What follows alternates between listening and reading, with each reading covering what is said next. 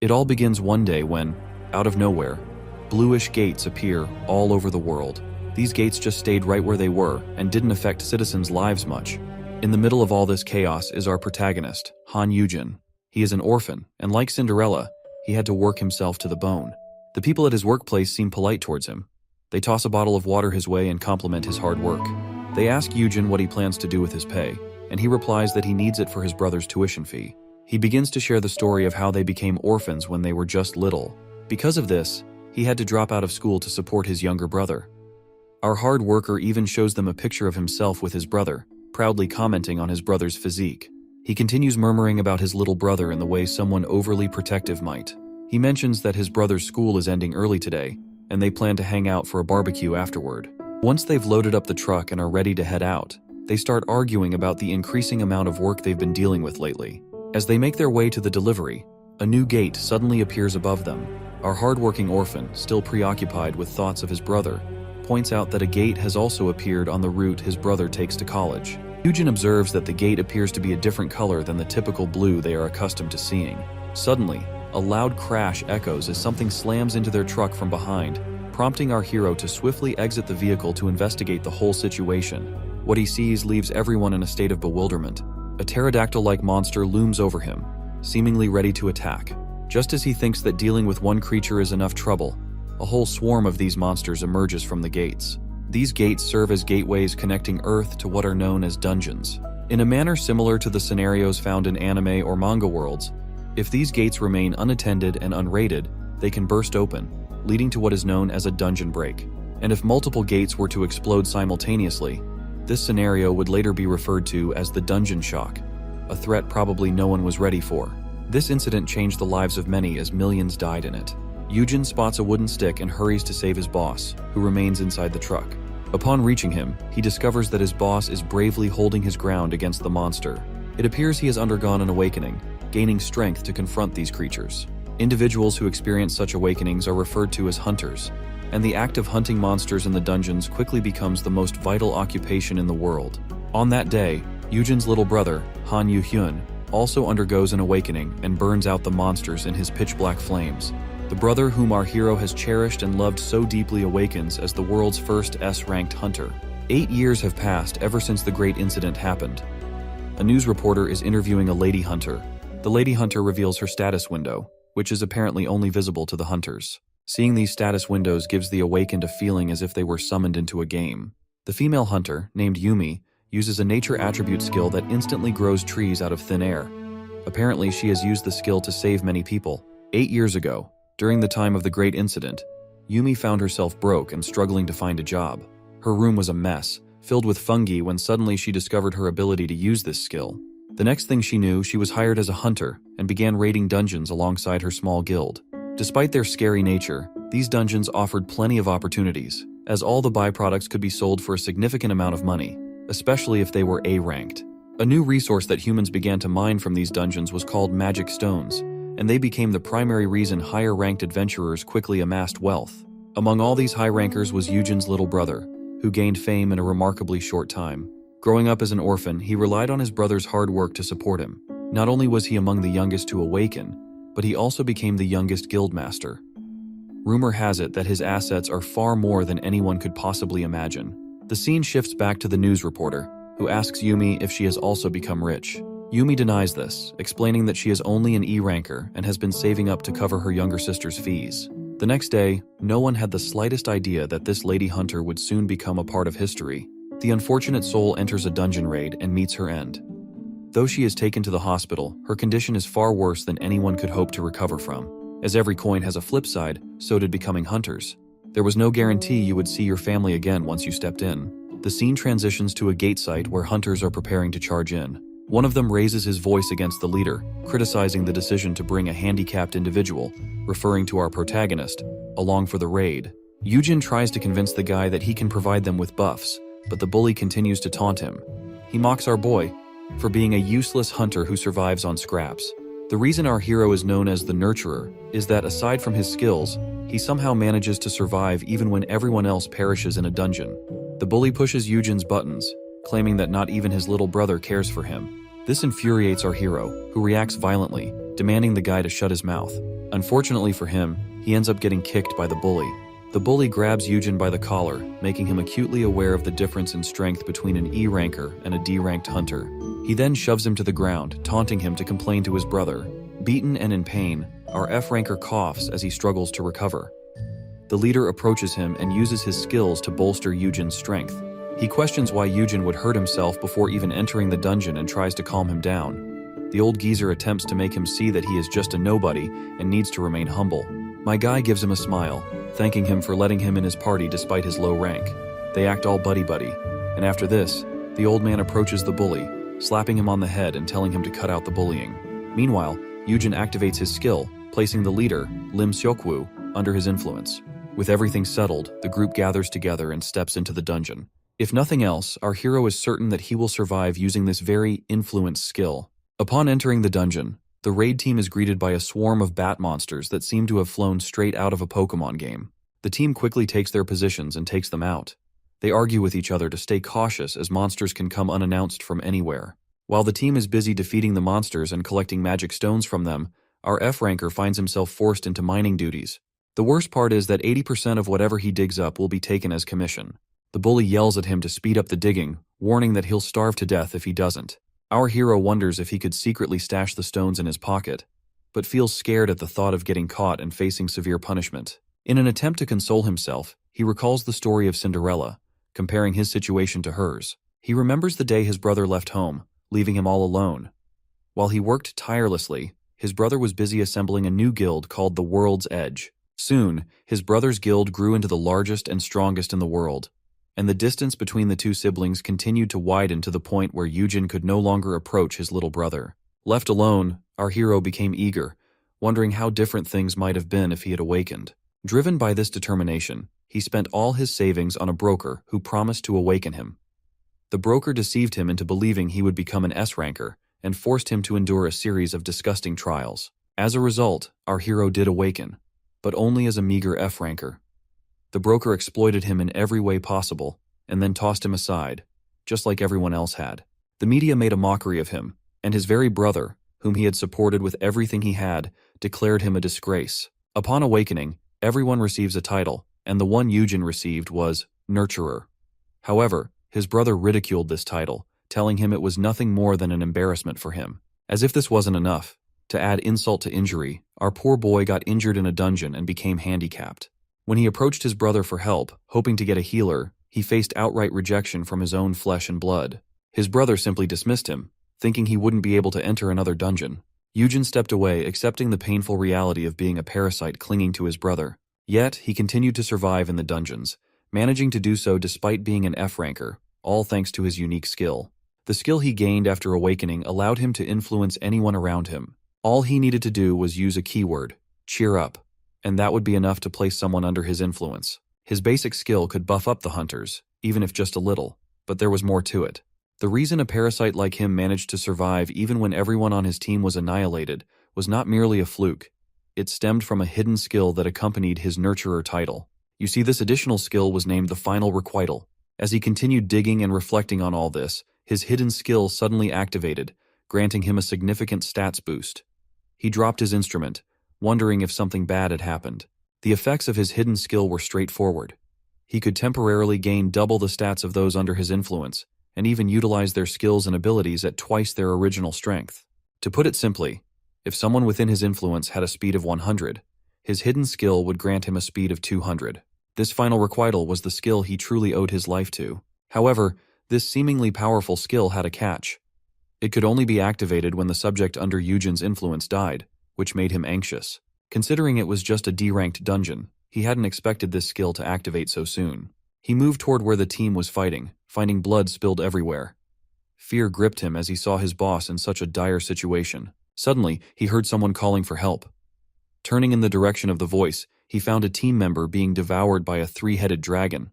The very sight leaves him pulverized, as the creature before him is none other than the infamous poison and curse dragon king known as Rauktars.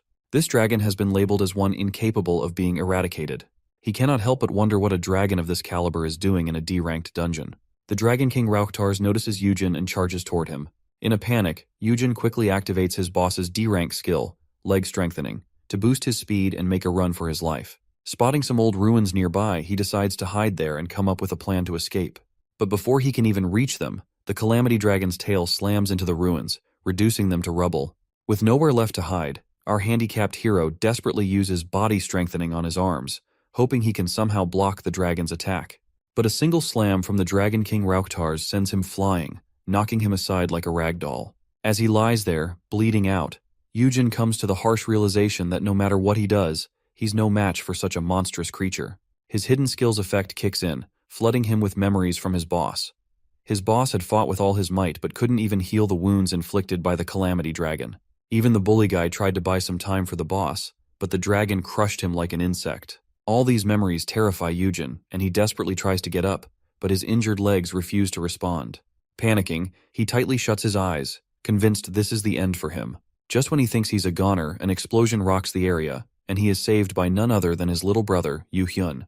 Dazed, our F-ranker asks why his brother came to save him, but Yu-hyun only tells him to stay back. Worried about his little brother, Yujin pleads with him to be cautious. In response, his little brother activates his blue willow leaves skill, launching into a stunning display of swordplay as he slashes at the dragon. He then covers his blade in dark, purplish flames and drives it into one of the dragon's heads, confidently declaring it the way an S-ranker fights. But, unfortunately for him, the dragon survives the blow and retaliates with a cursed, poisonous attack that not even a recovery potion can heal. Yu-hyun quickly activates a giant shield to protect his brother, but in the process gets his sword broken. Our F-ranker starts to wonder if Yu-hyun is struggling because of him, feeling like he's holding him back. His thoughts are interrupted when his brother angrily asks why he entered the dungeon again, especially after already breaking his leg. His little brother scolds him, saying that he doesn't know his place and is constantly making him clean up his mess. This stings Yujin deeply, and in his frustration, he forces himself to stand, despite the pain, and speaks harshly, releasing the anger he's been holding in. Consumed by frustration, he asks his brother if he has grown sick of him, pulling out a sword in the heat of the moment. Yu-hyun shouts at him, demanding to know what he's doing, but our hero, consumed by madness, rushes towards the dragon and stabs it, provoking it. He drops the sword, telling his brother to just let him die so he won't be burdened anymore and won't even have to worry about his funeral. As the dragon prepares to attack, he asks his brother to stop caring, saying that everyone would be better off without him. In the final moment, Yu-hyun charges in, acting as a shield, taking the hit to save his brother. As Yu-hyun lies injured on top of him, Big Brother finds himself wondering where they went wrong to end up like this. Our F-ranker's mind drifts back to the day their parents passed away, remembering how, in those moments of loss, the two brothers only had each other and cared for one another more than anything else. Seeing his little brother on the brink of death, he shouts at him in desperation. With what little strength he has left, Yu-hyun tells our hero to listen carefully. He explains that the Dragon King goes into a deep slumber every 5 hours, and based on that, he only needs to survive for 1 more hour by hiding. Yujin, still in disbelief, struggles to understand what's happening. His mind races, recalling the pain of being neglected by his brother, who didn't even visit him in the hospital when he was injured. None of this makes sense to him, and he asks Yu-hyun why he's smiling at such a terrible moment. His little brother, still managing a faint smile, hands over a gate stone to his brother, urging him to use it to escape. But being a big brother, he refuses, insisting that Yu-hyun should be the one to use it instead. But with a quiet smile, Yu-hyun tells him that he wouldn't even be able to activate the stone in his current condition. With those final words, Yu-hyun breathes his last. In that tragic moment, the hidden skill of our hero gets activated. All of his little brother's powers and abilities get transferred to him twofold. Our F-ranker, now more powerful than the mightiest hunter, cradles his brother in his arms and carefully sets him down in a safe spot. He senses the power surging through his body and infuses a spear with dark purplish flames. Rising despite the pain, he strikes one of the dragon's heads. Asserting that he is twice as powerful compared to his brother, he effortlessly slashes off the dragon's neck as if it were merely a piece of cake. With the power of his brother coursing through him, our hero also inherits a flood of memories. He learns that Yu-hyun, despite his immense strength, had always kept a distance from him out of concern. The little brother worried that their bond might become a weakness, making him a target for those with ill intentions. He recalls the moment Yu-hyun instructed his employees to watch over him closely. When the F-ranker was injured, his brother felt a heavy burden of guilt, blaming himself for not being there to protect him. In a fit of rage, he confronted his staff, demanding that they take action against the bullies who had caused his brother pain. As our hero relentlessly attacks the dragon, memories of his brother flood his mind. He understands now that Yu-hyun refrained from providing a healer not out of neglect, but to prevent him from stepping into another dungeon. Beneath his strong exterior, the little brother had always cared deeply for him, carrying the weight of guilt for not being able to protect him. With one final strike, the dragon falls, but as tears stream down his face, he grapples with the painful question of why his brother kept him in the dark. He awaits death as the moment for his hidden skill approaches its conclusion, knowing that a weakling like him cannot survive the poison gas. Before he succumbs to the poison gas, a system notification appears, announcing that he has achieved an impossible feat and earned the title of Dragon Slayer. He receives 10 gate stones, a crimson dragon sword, and a surprising wishing stone that can grant him a wish. At that moment, he considers resurrecting his little brother, but the system informs him it's impossible to bring back the dead. He dismisses thoughts of wishing for greater strength or glory, and remaining humble, decides to reverse time to before his brother's death. He vows to live a quiet life, ensuring he won't be a burden to anyone.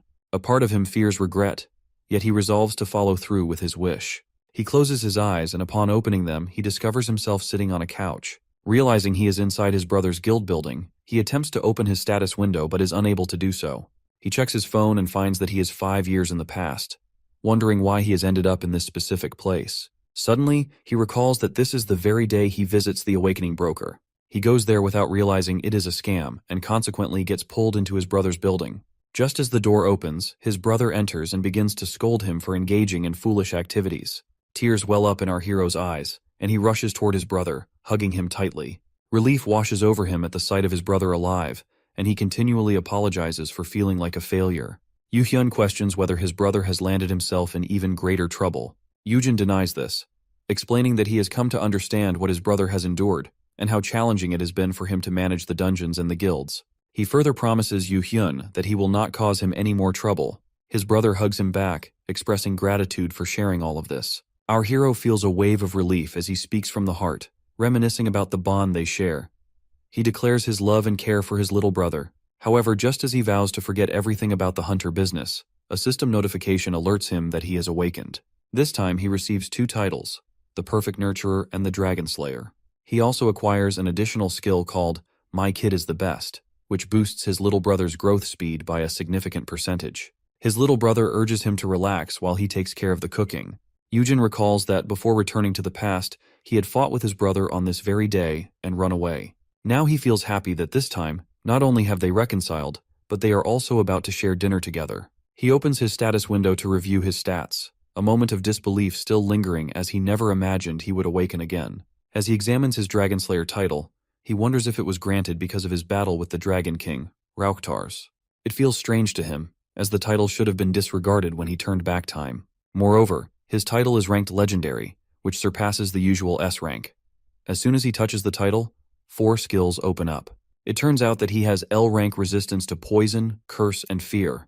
The 4th skill, granted with the title, enhances his abilities against dragon-type monsters. He grows excited, speculating whether reversing time has somehow transformed him into the world's strongest. He envisions facing the Dragon of Calamity once more, imagining himself protecting his brother and his timeline like a hero, boasting that the poison would feel like a refreshing shower to him. Unable to contain his excitement, he eagerly checks his stats, expecting to see an upgrade to S or even L rank. However, when he finally looks, his hopes are crushed. Just like before, he is still stuck with an F-ranked body. Disappointed, he reviews his other skills, which remain unchanged from last time. But when he notices his Nurturer title, now upgraded to L rank, he quickly touches it and discovers 4 additional skills. The first skill is his old hidden ability, Final Gratitude, which he hopes he won't have to rely on. The rest of the skills are all having rather stupid and silly names. He checks the skill My Kid is the Best and discovers that, compared to before, it now doubles the growth rate of anyone under its influence. The third skill, My Kid is So Great, increases the stats of the person influenced, based on how many people he praises them in front of. Initially, he thought he had become the strongest, but now he's determined to make his brother and all the hunters in his guild the best in the world. He imagines himself wealthy once again, but this time as the nurturer of the guild. While lost in the splendor of his imagined life, his eyes catch sight of the keyword, I love you. Embarrassed, he smacks his head against the table. It seems that after reawakening, the keyword has also changed.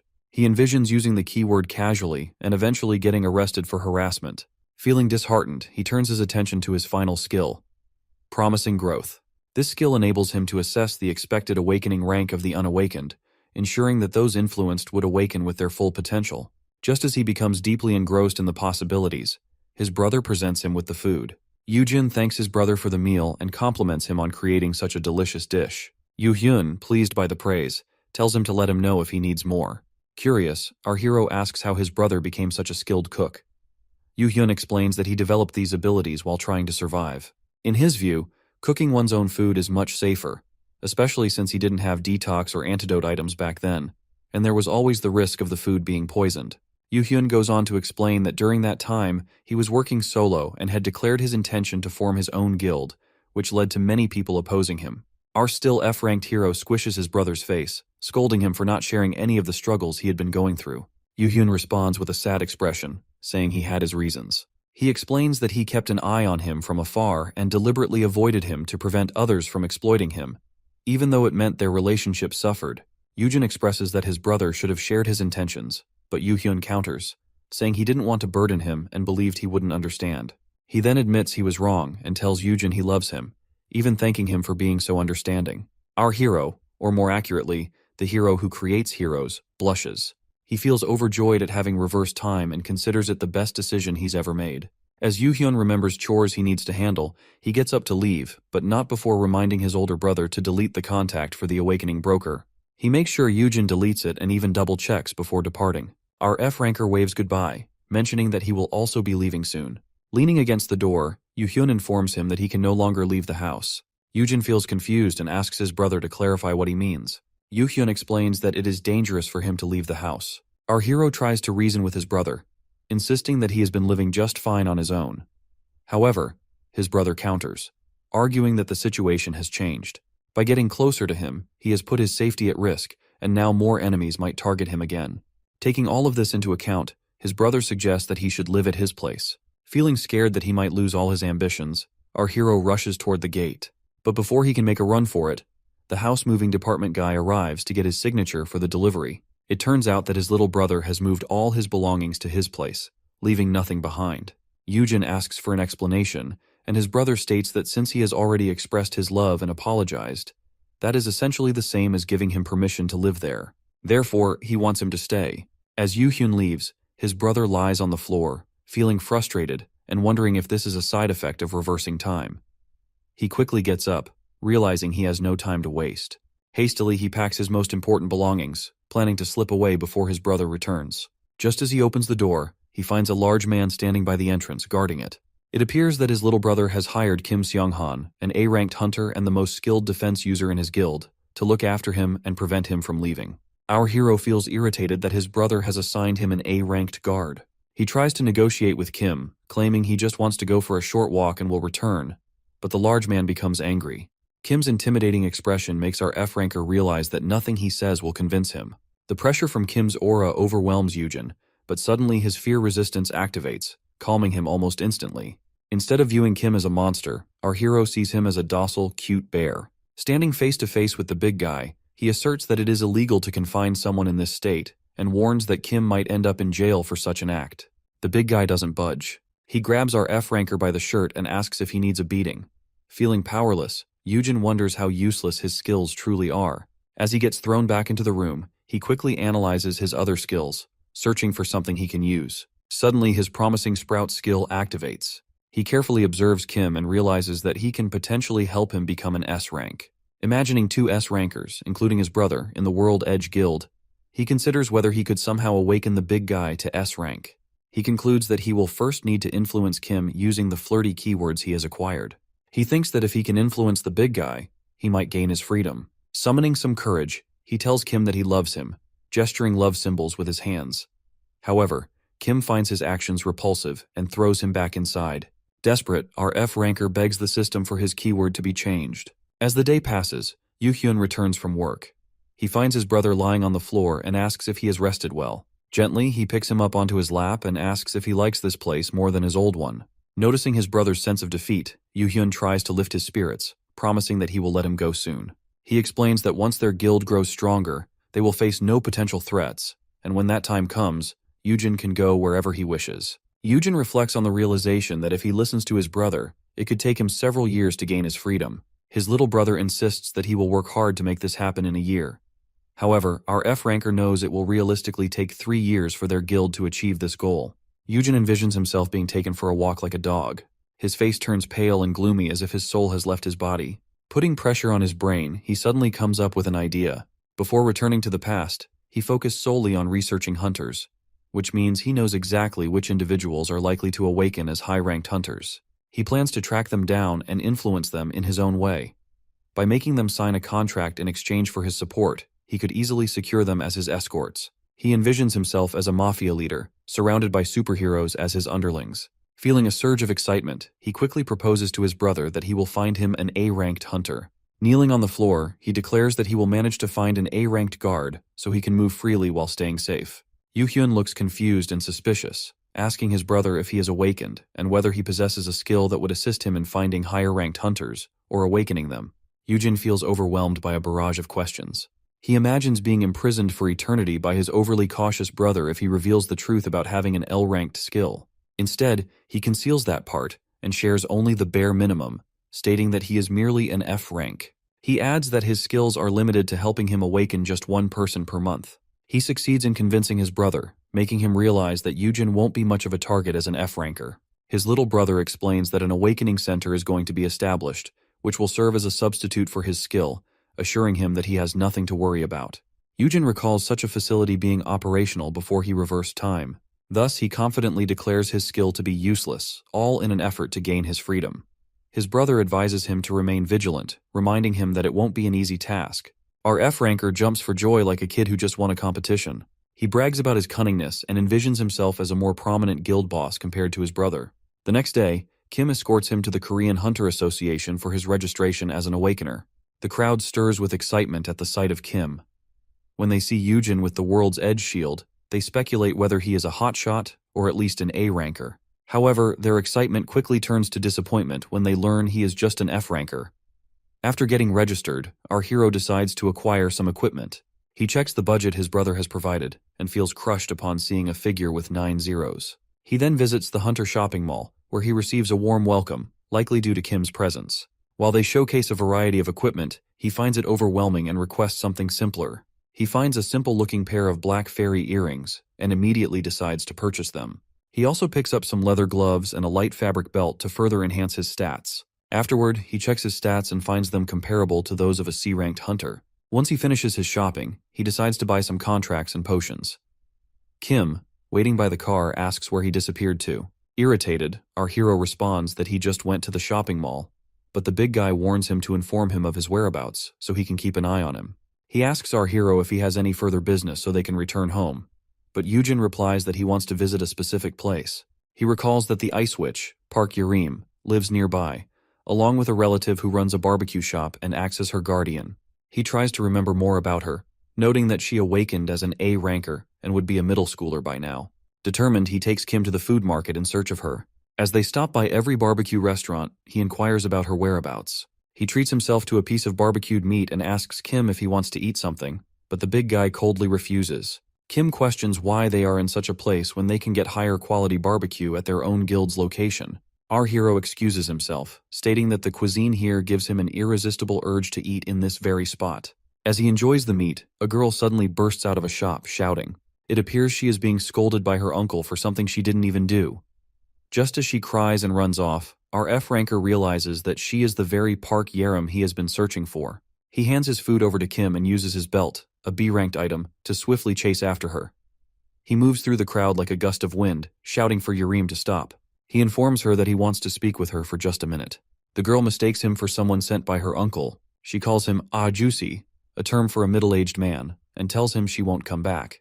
Our hero playfully pretends to be offended by the comment about his age, but suddenly notices a car speeding toward the girl.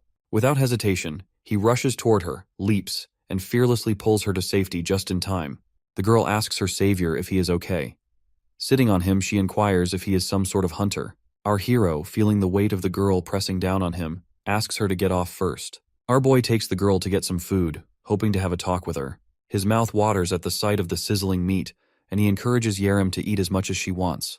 Yujin feels relieved that he brought the corporate card, especially since Yerim devours the food as if she has been starving for days. He tries to ask her about her uncle, suggesting she might prefer to eat at his place.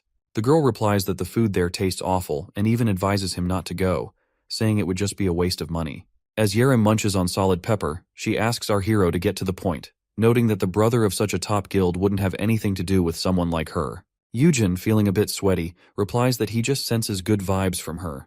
The girl takes him for someone from a dark cult and tells him she is not interested. She thanks him for the food and starts to leave. To stop her, our hero concocts a ridiculous story about how his parents helped him when he was in need, and he feels indebted to them. Surprisingly, the girl is easily convinced and pauses, admitting that most people backstab her all the time. Noticing her attentiveness, our hero finally gets to the point of this whole meeting. He reveals to her that he has an ability that allows him to help others awaken. He further adds that she will awaken as at least a B ranker, and since he has the backing of the World's Edge Guild, he will assist her in becoming an established hunter. Expressing his desire to become her sponsor, he extends his hand, inviting her to enter into a contract with him. Yujin hopes the girl accepts his offer and resolves to level up his performance. He takes a contract from his inventory and asks if she is interested in reading it. Yerim stands up in excitement, asking our F ranker if the thing he just opened is an inventory and how he got it. He tells her that she will also receive one upon awakening. He then hands her the contract, asking her to review and sign it. He explains the terms and conditions. All she would have to do is keep his skill a secret and take charge of protecting him for a year. Our F ranker gladly admits how weak he is, but Yerim mocks him, asking if he wouldn't be embarrassed knowing a middle schooler is protecting him.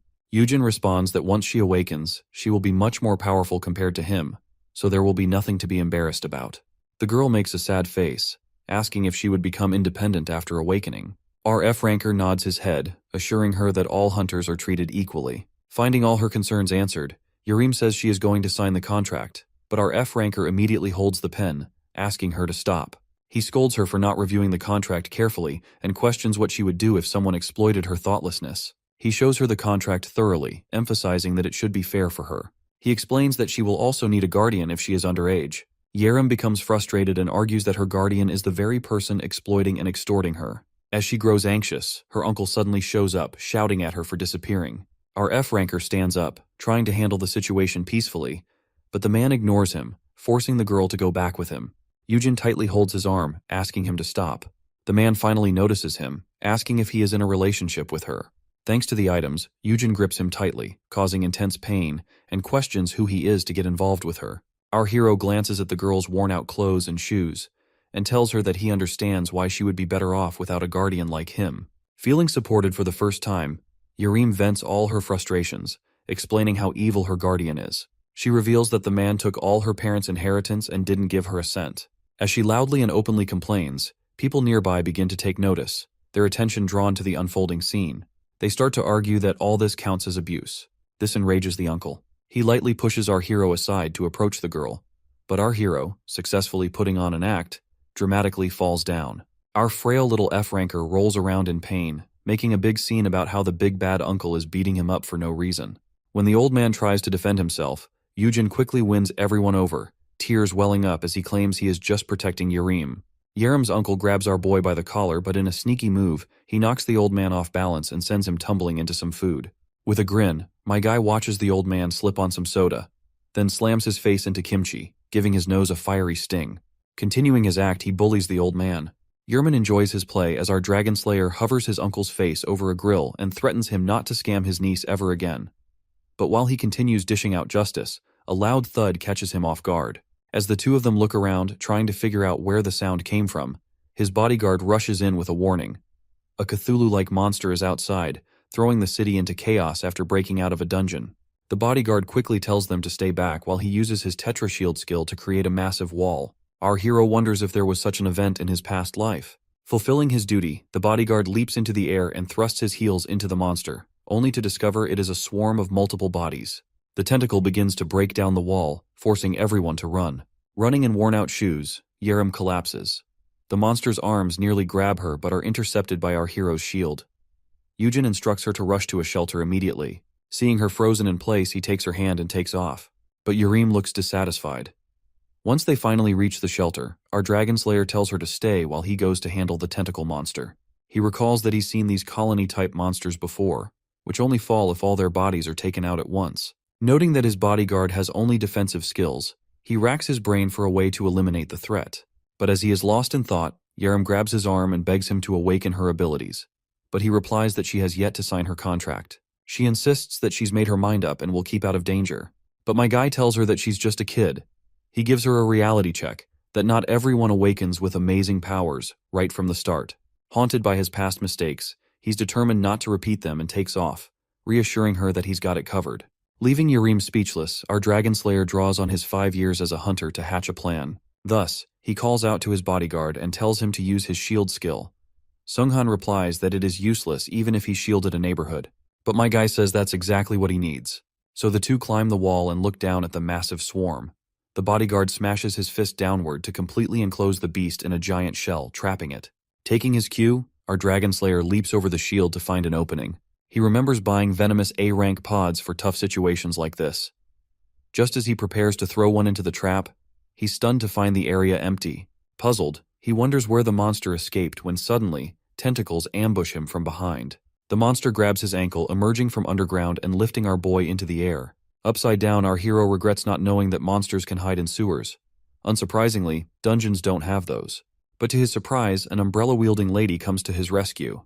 Yerim distracts the monster, causing our hero to slip from its grasp.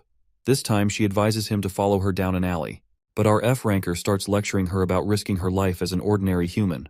Yerim, though, quickly reminds him of his own rank. When he tries to pull the age card, the sharp-tongued teenager teases him about wanting a little girl like her as his bodyguard. As they flee, he keeps up the lecture, but Yerim insists she must become awakened. She shares her happiness at having someone care for her safety, but also her frustration at feeling powerless to protect herself. She admits she wants to be strong, and not as helpless as she was in her childhood. Determined, the Ice Witch tells Yujin to believe in the potential he once spoke of. As this unfolds, the monster finally surrounds our duo. Out of choices, our nurturer grabs her arm tightly, causing a blinding flash of blue light to radiate throughout the city. Observing from a distance, Sunghan is puzzled. Out of nowhere, Yerim is seen freezing the tentacles with her skill Frosty Sigh. Seeing a panel reveal her S rank, she brightens up and shares her skills excitedly with our protagonist. As she's lost in her celebration, the tentacle monster ambushes her, latching onto her arm. Crying like a little girl, the S-rank hunter uses her brute strength to smash it into the wall. This raises her confidence. So she borrows Sunghan's black rod and thrusts it into the floor, giving rise to an icy projectile. Icicles fly towards our F-ranker, but he is swiftly saved by his bodyguard. Using the Sandals of Hermes, her second skill, Yerim flies through the colony of monsters, exploding them with a destructive attack. So my guy calls her out, warning her not to take them out as collateral damage. Regardless, our nurturer is delighted to see the girl known as the Ice Witch wear such a pure smile on her face. He praises her incredible awakening but can't help wishing she had a wide-area attack to wipe out the whole colony. Suddenly, a familiar voice answers his thoughts. With a vorpal flame in his hand, Yu-hyun unleashes a massive explosion. Yerim stares in shock as our overpowered little brother incinerates the tentacle monster entirely. Sitting on the ground, our boy feels relief as his brother arrives just in time to save him. But Yu-hyun gives him a look of disdain and immediately starts throttling him, ranting about how this is precisely why he locked our F-ranker up in the first place. Meanwhile, as Yerim withdraws from the fighting siblings, my guy introduces Yerim as his new S-rank guildmate. Yujin proudly brags that he has found an S-rank bodyguard, but his little brother questions if her parents consented. Scratching his chin, our guy tries to figure out how to explain the complicated situation and decides he'll just become her guardian. His little brother looks disturbed and suggests it might be better to be her sponsor. When he asks what the difference is, Sunghan explains that a sponsor doesn't get a choice in their custodian's private life, so they can't protect them from a horrible contract like a legal guardian who's like a parent. Hearing this, Yerim asks our hero not to go so far for her. But despite his little brother's judgment, he reminds her about her abusive uncle and gives her the final choice. However, Yu-hyun grabs him by the neck and mentions that he's seen many minors assault their powerless legal guardians. Half joking, he asks if our boy could handle an S-ranker if she started swinging. Offended, Yerim insists she'd never do that. Yu-hyun then passionately declares he'll become her guardian, only for Yerim to refuse on the spot. The two superpowered teens start squabbling until Yu-hyun drags our protagonist away. The Ice Witch, tightly gripping his arm, accidentally dislocates his shoulder.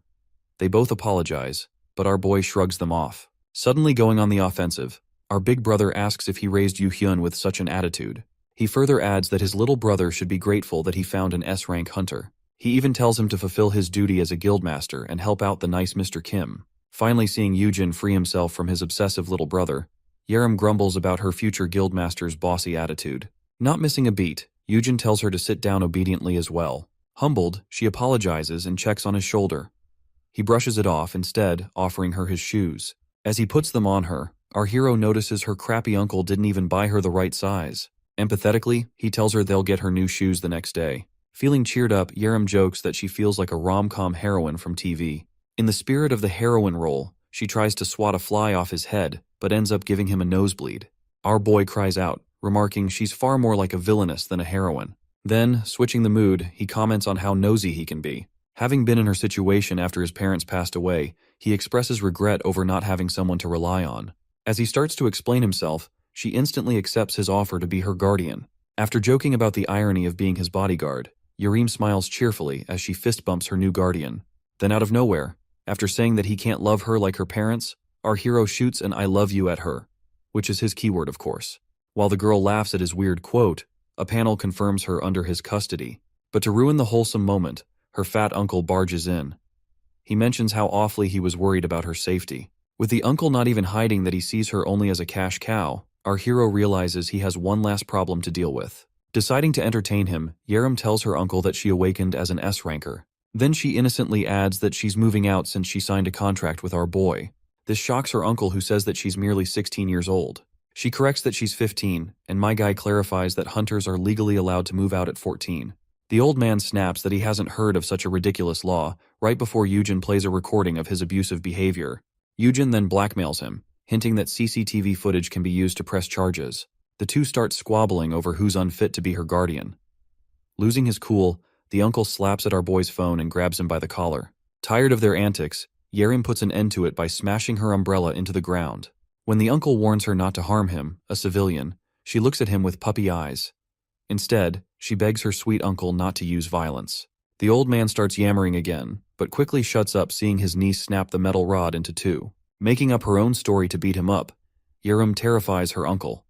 The fat man wonders if she's still the little girl he knew, or a monster.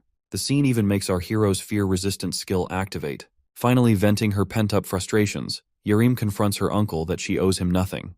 She warns him that nothing can stop her from squishing him like a watermelon. Grabbing him by the shoulder, she tells him she's only letting him go because he's not worth her time or energy. She adds that he'll be trash forever, and threatens that if he ever harms our hero, she'll do worse than crush him like her umbrella. After they leave, Yerim cheerfully asks our boy if her evil Yujin impression is good. And with that, having found an S-rank bodyguard, he is finally free to leave the apartment. However, the next day, our sleeping hero doesn't get much rest, as Yoo-hyun bursts through the door, leaving him wondering what's so urgent. His little brother demands the items he bought on his shopping spree. Our protagonist is stunned. He thought he was free to spend as much as he wished. But Yoo-hyun clarifies he wants the A-rank venom pods. While our sleepy hero is confused about how his brother got wind of the item, a sentimental Yoo-hyun hugs him out of respect. Still leaving my guy dumbfounded, his emotional little brother thanks him for being ready to commit suicide if any enemies held him hostage. One final time, Yujin deeply thanks his big brother and promises to protect him with his life. On the other hand, our hero with legendary poison resistance is annoyed at not being able to clear dungeons with them. Not bothering to clear up the misunderstanding, our hero tells his little brother that he told Director Seok to take care of Yerim's uncle. He reveals that after digging some dirt on the fat man, they discovered he ate up all his niece's inheritance and burned through it with his crappy business. So they offered him a contract, promising not to sue him if he never contacted Yerim again. They even gave him some cash to convince the greedy moron. Yoo-hyun is surprised that Yerim doesn't want to sue him, so Yujin clarifies that she just wants to avoid him at all costs. He then confirms that she has been training hard all night to get used to her powers. In the training room, the boys are greeted by a pile of rubble. Out of nowhere, a massive pillar crashes down, narrowly missing our F-rank Dragon Slayer. Yoo-hyun smirks, reminding him about that confident claim of being able to handle an S-ranker. Acclimating to her new powers, the Ice Queen lands, shattering a punching bag. Yerim even tries out her Shadowless Day skill, which ends up paralyzing even our Dragon Slayer. She starts drawing in everything caught within her skill's range, only to smash it all again. While she proudly wipes her sweat off, a distressed voice surprises her. The girl finds her legal guardian knocked out in the arms of his brother. Worried, Yerim rushes over to ask if he's okay, but he asks who she is in his confusion. Yoo-hyun explains that they gave Yerim a new hairstyle for her visit to the Hunters Association. She chuckles, noting that she'll have to dress up if she's making TV appearances now. The newly revamped Ice Queen admits she was testing all her skills before logging them, and apologizes for not noticing our hero earlier. When he asks about the skill that got him, she mentions her first 2 skills, and a new one, Shadowless Day. The multi-target skill heavily debuffs the enemy, by literally absorbing their shadow. Additionally, it even buffs her own stats as she chooses. He pieces together that the skill must be absorbing power from everything around her, which explains the broken training gear. Then, she reveals a creepy ability, Pale Corpse, that allows her to interrogate the dead. Naturally, our guy reacts coolly to her creepy skill. He advises her to keep that ability under wraps and to leave some details out. So, they edit parts of Shadowless Day and her Sandals of Hermes skill.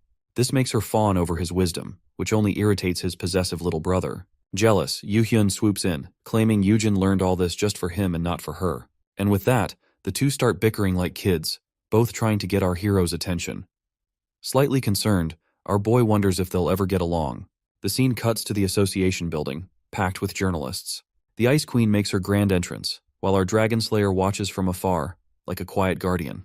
His bodyguard, Sunghan, asks why he doesn't just go with her, recalling Yerim's earlier disappointment. But our overly modest hero brushes it off, saying that once Yerim experiences the S-rank celebrity life, she won't be missing him anymore.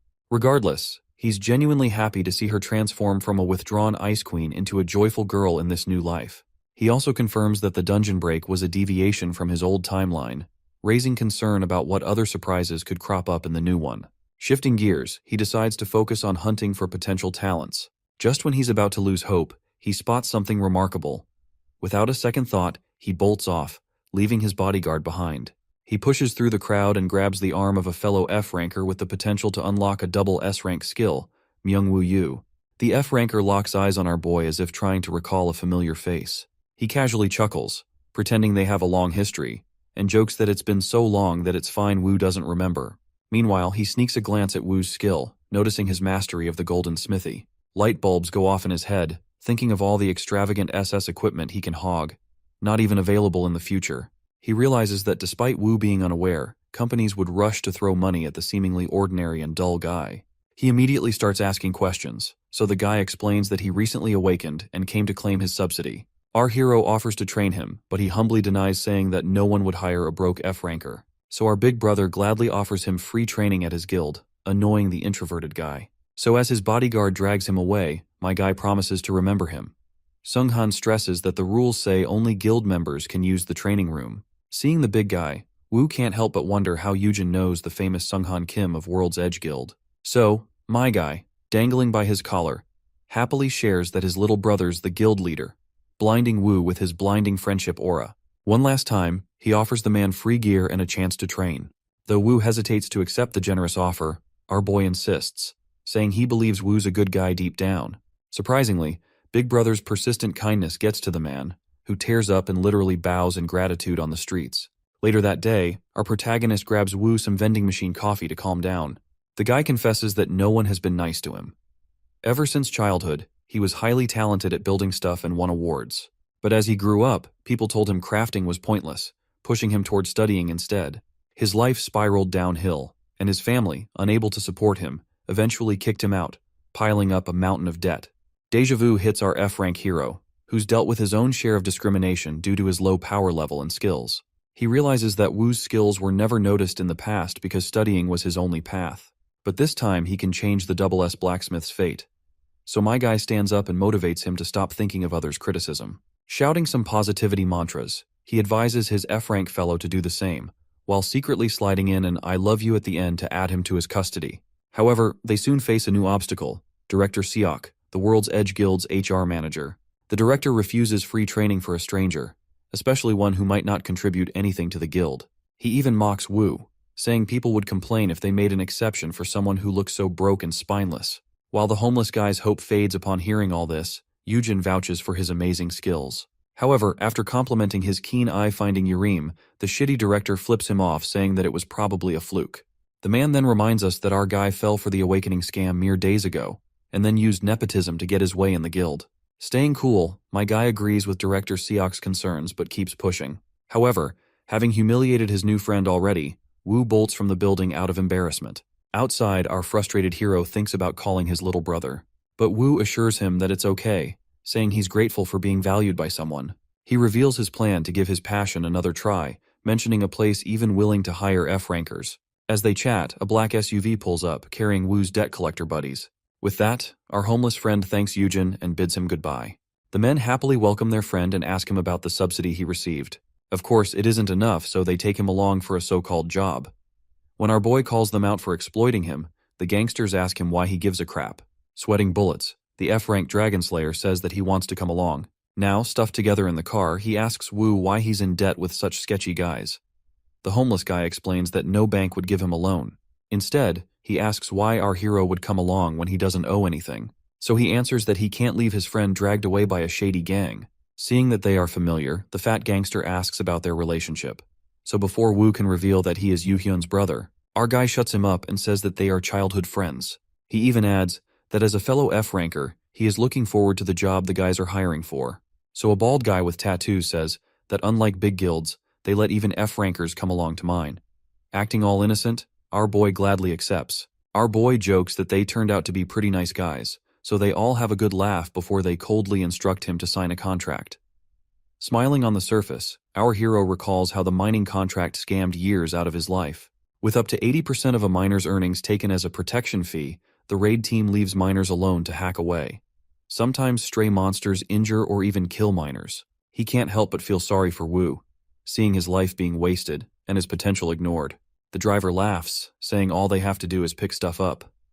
Inwardly cursing these rascals, our boy keeps up a friendly face. Finally, they reach the guild building in Myanmar.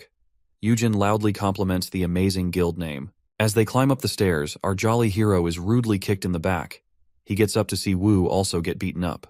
The bald guy apologizes to him but calls Yujin responsible for getting involved voluntarily. Our big brother holds his crying buddy in his arms, who repeatedly apologizes for getting him involved. But before he can console his weeping friend, our guy is dragged away to sign a contract. The boss man shows him the document, stating that he'll earn a generous 20% of his labor before fees since he doesn't have debt. To bind the contract, they reveal it carries a curse for breaking the terms. Without giving Woo a second to think, they press his fingerprint onto it. Seeing this, our guy asks the boss for a favor. He requests a chance to compare their contracts, bluntly saying his contract should be better since he owes them nothing. His audacity cracks them up, and they hand over the contracts, laughing. Reading it over, he notices Woo's contract only gives him 10%. The boss laughs, saying it'll help pay off his debt. Deeply disturbed, Yujin declares it a slave contract. He defiantly tears it up, vowing not to let them scam his friend. The gang looks on, stunned that he's not cursed. Having the curse instantaneously cancelled by his skill, our hero launches a swift kick into the boss's jaw. Seeing their leader fall, the gangsters panic, realizing they're facing someone powerful. With pride, our Dragon Slayer shares his rank, prompting them all to charge at him. But he calmly whips his phone out. Amused, the gangsters laugh that calling the police is useless. To their dismay, he was on call with his bodyguard for a solid 25 minutes. Suddenly, Sungun appears from behind my guy, tearing the wall open with his bare hands. The muscular bodyguard barges in and sends the fat gangster flying. Casually turning around, he tells Yujin it is time to leave. Meanwhile, his buddy Woo is lost in wonder how this happened. So he explains that he secretly speed-dialed Sunghan when he got into the car. From there, all he had to do was give directions, and Sunghan handled the rest. Meanwhile, Sunghan's busy dishing out some serious punishment to the gang. When a bald, tattooed guy tries to stab him from behind, Woo starts to panic.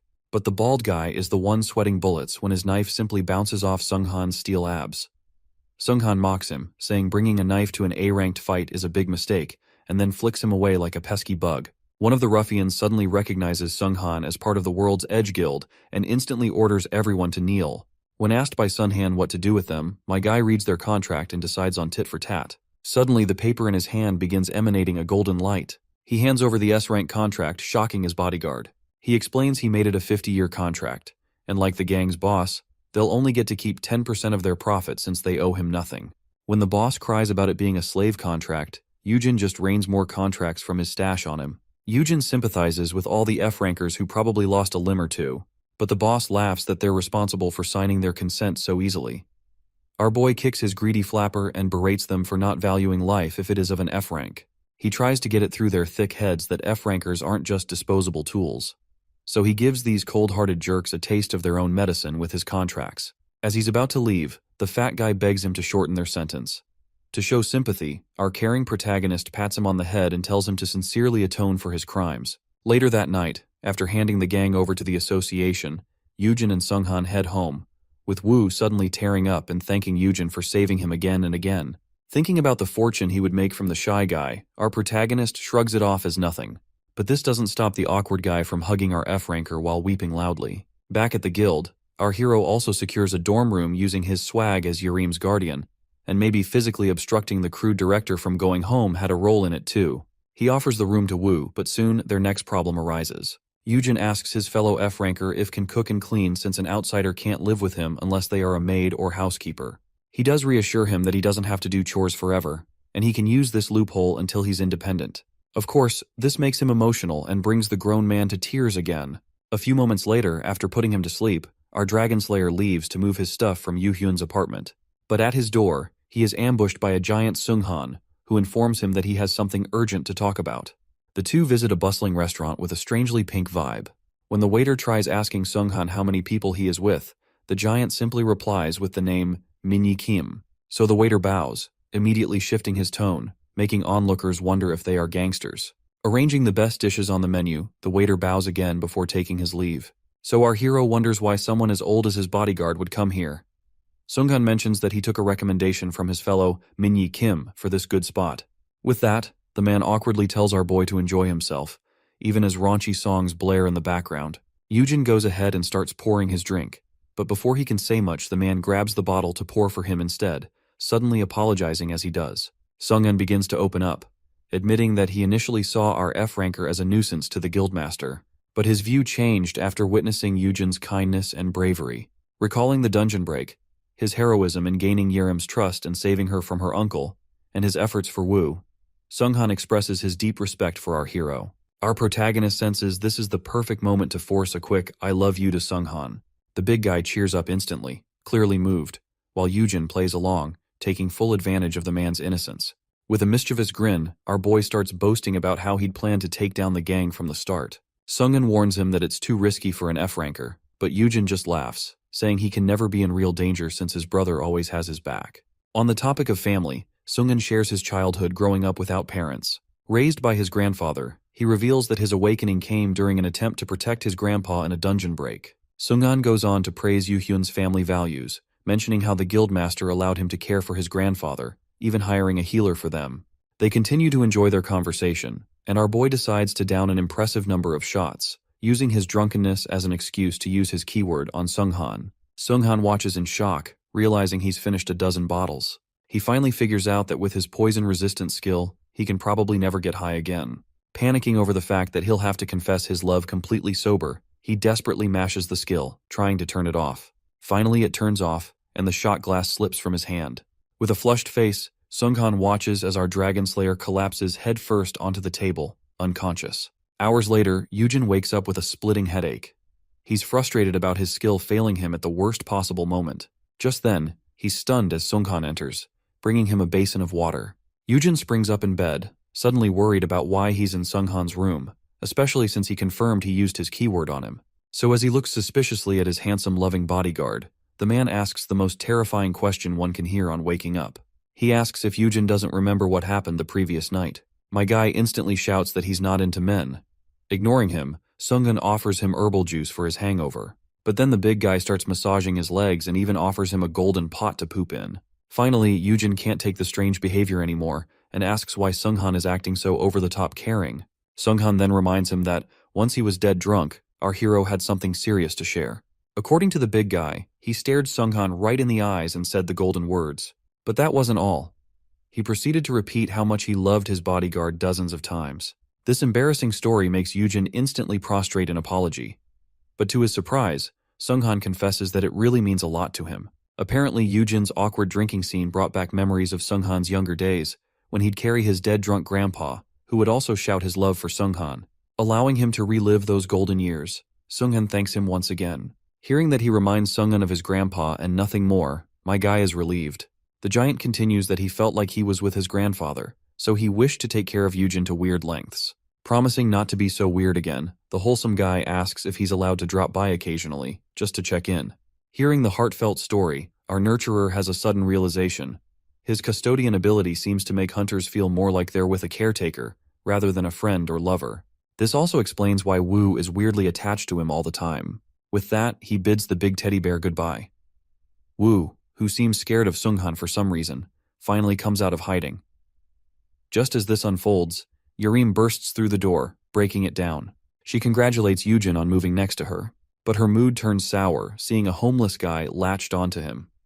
Meanwhile, our nurturer is deep in thought, wondering why he was given such a skill. A few days pass, and the three share an extravagant meal cooked by Wu. He says it's the least he can do for free accommodation, but the jealous Yerim complains he should do a lot more than cooking, while stuffing her mouth with the yummy grub. Shifting gears, Wu reveals that Sunghan, who has been visiting daily, is finally off on a raid. Yujin tells Yerim she'll be on TV when she starts raiding dungeons. As smug as ever, she jokes about making tons of money, only to buy a mansion and steal her guardian back from Wu. Yujin smiles wryly at the arguing duo. To their dismay, he reveals that they'll have to get along since they're going to a camp together. Hearing the doorbell ring, our boy makes his exit from the two fighting children. Director Seok appears in person to pick up the hunters due to an apparent change in schedule. So, our trio finds themselves facing a horde of demons, armed with nothing but a big black pole. Our hero, feeling scared, shouts that basic training involves taking on one monster at a time. Director Seok laughs, explaining that the more monsters they encounter, the quicker they can get used to it. Yujin finds this logic flawed, but the trio has no choice in the matter. Yerim takes off, urging them not to worry. Leaping onto the monsters, she unleashes freezing ice that burns them. She then stabs a dead monster with the black rod and presents it to our hero, asking if they could grill and feast on it. While the director admires the strength of an S-ranker, a lady approaches from behind, questioning whether it is appropriate for him to let newbies handle so many monsters at once. Adjusting his spectacles, the director tells her to relax, expressing more concern that Yujin and Wu might not get a chance to fight a single monster. Just as he mentions this, Yerim defeats all the monsters, stacking them in a Christmas tree shape. Suddenly, a monster, still alive in the stack, launches a surprise attack on the defenseless Wu. Our hero urges Wu to quickly aim the spear at the monster, but fear overwhelms him. In a panic, he throws the spear away and bolts, tears streaming down his face as he runs for his life. Just as the monster closes in on him, Yujin leaps forward, making a daring save. Afterward, Yujin scolds Wu for abandoning his weapon. He explains that the so-called monsters are just F-ranked tooth moles, known for their poor eyesight. He reassures Wu that since the creatures only run in straight lines, he could easily defeat them by simply thrusting the spear toward them. Director Seok carefully analyzes the battle and concludes that our hero is exceptionally experienced for someone who has just awakened. He wonders if anything is being hidden from them. While guarding Wu and reassuring him, the boy praises his fearless demeanor, stating it feels as if he has been an active hunter for years. This comment strikes a chord, making him question whether he has overdone it. To blend in, he tosses the spear aside, pretending to be scared as he lets the monster jump over him. The director, observing the spectacle, realizes he has misjudged the boy. Perhaps he isn't the hotshot he initially thought. As the test concludes, the trio steps outside. Wu appears gloomy, while Yerim is so excited that she seems ready for a second round. Wu apologizes to our hero for acting cowardly. Our hero reassures him, suggesting that combat might not be his forte. Yerim, feeling bold, boasts that she performed much better than Wu. However, our hero urges her to stop comparing and encourages them to get along. Director Seok then appears, congratulating the trio for successfully completing their basic training. He praises Yerim's outstanding performance while teasing the other two for their lackluster efforts. The director informs them that their theoretical education will commence the following day and introduces the lady standing beside him as their in-charge professor, Seok Hyan. As she introduces herself, a spark of recognition flickers in Yujin's mind. He recalls that she is the young genius who traveled to America and uncovered the principles of dungeon formation. Suddenly he remembers her well-known alias, Dr. White, and accidentally blurts it out. This piques the lady's interest as she scrutinizes him, curious about how he knows that name, considering only a few people refer to her as such. The lovely Dr. White, Hyan, remarks on the F-ranker's knowledge, to which he casually responds that he heard it from the HR team. This mention of the team triggers a thought in him. Noticing that both the director and Dr. White share the same surname leads him to conclude they must be related. The lady informs him that she is there for a research project and hints that their paths will cross again in the future. Meanwhile, Yoo-hyun and Kim have just emerged victorious from a fiery dungeon after slaying a formidable beast. As they survey the aftermath, they discover a baby monster lying near the fallen creature. Kim looks at the tiny creature and questions what they should do with it. Returning to our hero, he sits in a theoretical class, listening intently as the professor explains the origins of dungeons and the rise of guilds. She elaborates on concepts like dungeon breaks and dungeon shocks. As the historical information flashes on the screen, our F-ranker appears lost in thought, becoming sentimental over the stories of struggle and resilience. The professor then shifts her focus to the specifics of Awakeners, detailing how their ranks are determined based on various stats. Yujin finds her explanations engaging and her teaching methods effective. However, he notices some inaccuracies in the slides, recalling that skills can vary significantly depending on an individual's aptitude and environmental factors. Noticing our hero's keen interest, the professor approaches him, curious if he has spotted an error. She mentions that he shares the same discerning gaze as her major's professor, implying she can read his thoughts through his expression. I wish it was this easy to read someone's face. Our hero shares his thoughts, stating that skills don't need to be manifested only in dangerous situations, arguing that self-protection isn't the only trigger. He backs up his statements with relevant examples. Noticing the professor's confusion, he quickly suggests that she forget about the discussion. However, she takes his hands gently and tells him that she is moved by his imagination. Curiously, she asks him if he is working alone. In an effort to escape the attention of the professor, our hero turns to Yerim, urging her to ask a question. Yerim, catching on to the cue, plays along and inquires about the potential earnings of an S-ranker. The professor responds with enthusiasm, taking pride in the significance of the question. She reveals that the annual net worth of an S-ranker typically exceeds $10 million. She elaborates on this, highlighting the scarcity of S-rankers in the world. They not only serve to protect civilians, but also retrieve valuable items from dungeons, which include magic stones and occasionally even magic beasts. As the scene shifts, Yujin visits his brother, who has brought along a young magic beast from the dungeon. According to Yu Hyun, it is an infant horned fire lion, and he intends to tame it for use as a beast mount. The two siblings struggle to catch the beast, with Yu Hyun expressing frustration over his inability to tame the creature. He explains that he has attempted various methods, including using taming hunters and an owner's token, but nothing seems effective. Determined, Yu Hyun gives the token stone another chance. Just when it appears that the baby lion has finally been subdued, it unexpectedly leaps at him, preparing to attack. Yu Hyun pushes his brother back and uses his flames to intimidate the beast. Yujin urges his brother to stop, fearing he might burn the cub, but Yu Hyun reassures him that fire attacks are ineffective against this species. What ensues is a chaotic cat-scratch battle, and after much effort, Yu Hyun finally manages to catch the mischievous cub, though he is completely worn out. He tosses the cub into the garden to confine it. Breathing heavily, Yu Hyun expresses his intention to dispose of the creature. Yujin asks if he means to auction it off. Yu Hyun shakes his head, explaining that the cub would have to be killed, as it cannot be allowed to fall into dangerous hands. This thought saddens Yujin, who reflects on how perfect it would be if the cub could be tamed. Yujin checks the cub's stats and tries to recall if anyone in the future has a skill capable of taming such a monster. Suddenly, a system notification pops up, informing him that the cub hasn't been influenced by his keywords. This catches him off guard, as he had never intended to use his skills on monsters. His mind races with possibilities. If he can somehow manage to tame the cub, his brother could have a powerful mount. The thought of such an opportunity excites him. Turning to Yu Hyun, he casually asks if other guilds also have beast mounts, trying to gauge the rarity of such a creature. Yu Hyun mentions to him that, although a few of the monsters are indeed present, they are all low-ranked tamed ones. Hearing this, our hero becomes excited and eagerly seeks permission from his brother to handle the cub. He makes his brother understand the significance of having a magical beast as a companion, emphasizing how valuable it could be. He adds that, given the lion's fireproof nature, abandoning it would be a complete waste of potential. In his efforts to persuade his brother, he provides examples, all while imagining himself becoming wealthy as a successful tamer. His brother eventually asks the crucial question: how exactly he plans to accomplish such a feat. Yujin, with confidence, begins by discussing the cub's feeding regimen as the first step. He pulls out a kibble bowl and casually asks his brother what the monster cat enjoys eating. Yu Hyun, playing along, replies that the beast would likely prefer a meal of monster meat mixed with a C-ranked stone. At the mention of the C-ranked stone worth a staggering 10 million won, all of our hero's excitement dims like a flicker of fading hope. It becomes clear that what the monster craves isn't just a simple meal, but the equivalent of a man's blood, and his entire bank account thrown in for good measure. This is no joke, he recalls, remembering a caretaker once complaining about how much even a snow leopard can devour. As our worn-out hero offers the meal to the cat, his spirits suddenly lift when his brother casually mentions that he would be more than happy to cover the 10 billion won annually for it. Watching the cub eat, Our hero can't help but find it incredibly cute, causing him to blush. He starts to wonder if the cub can understand certain keywords, or if the meaning of his words might somehow get through to the little creature. For now, he chooses to leave that mystery unsolved and moves on to the next round, playing with the not-so-scary cub.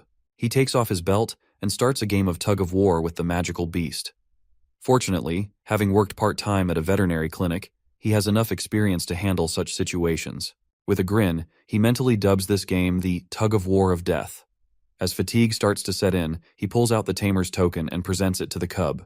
Initially, the cub reacts angrily, but after sniffing the token, it suddenly calms down. To add to his surprise, a system notification appears, informing our F-ranker that his title also amplifies the token's power. The once ferocious cub stops acting like a monster and warmly hugs Yujin. However, when Yu-hyun steps closer, the cub swiftly bites his hand without hesitation. Our hero scolds the cub for biting, speaking to it as if he were its mother. Yu-hyun, being S-ranked, isn't injured, and feels relieved that the cub isn't aggressive towards his brother. In fact, he even agrees to let him raise it. This sends our hero drifting back into his daydreams, where he imagines himself as the great-grandma of numerous magical beasts, earning the nickname the Magic Beast Tamer. Yujin assures his brother that he will take the cub after making the necessary preparations. His brother then asks if he won't raise it here. Our hero responds, explaining that the dorm is spacious enough, and he also has Yerim and Woo by his side there to help.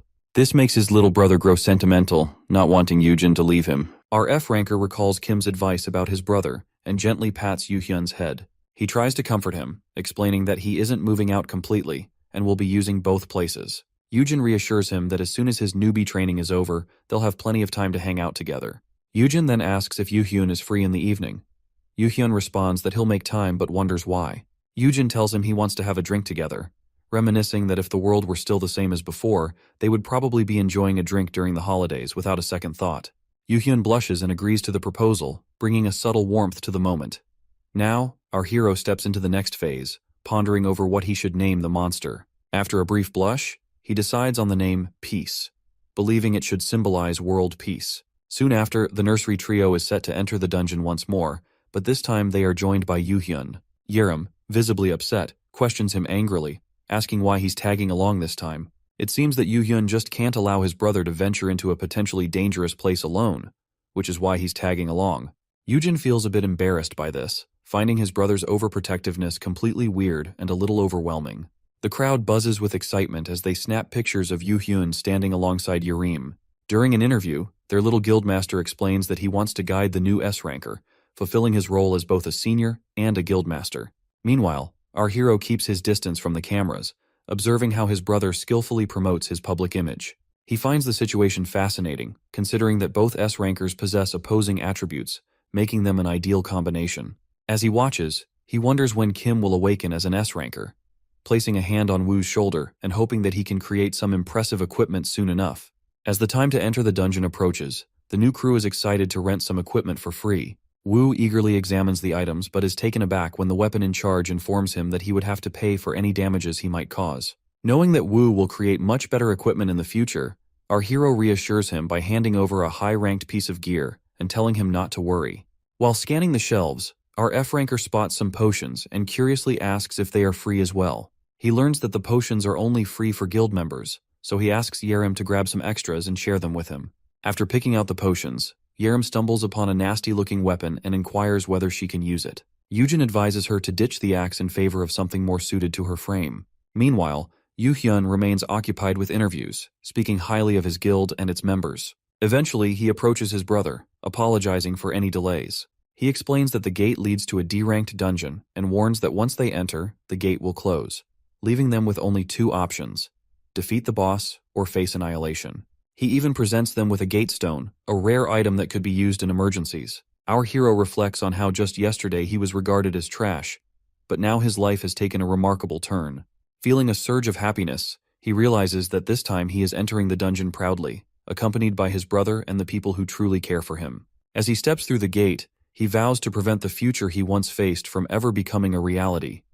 Yet, it seems that life still has many challenges in store for him. As they enter the dungeon, Yerim's excitement is palpable.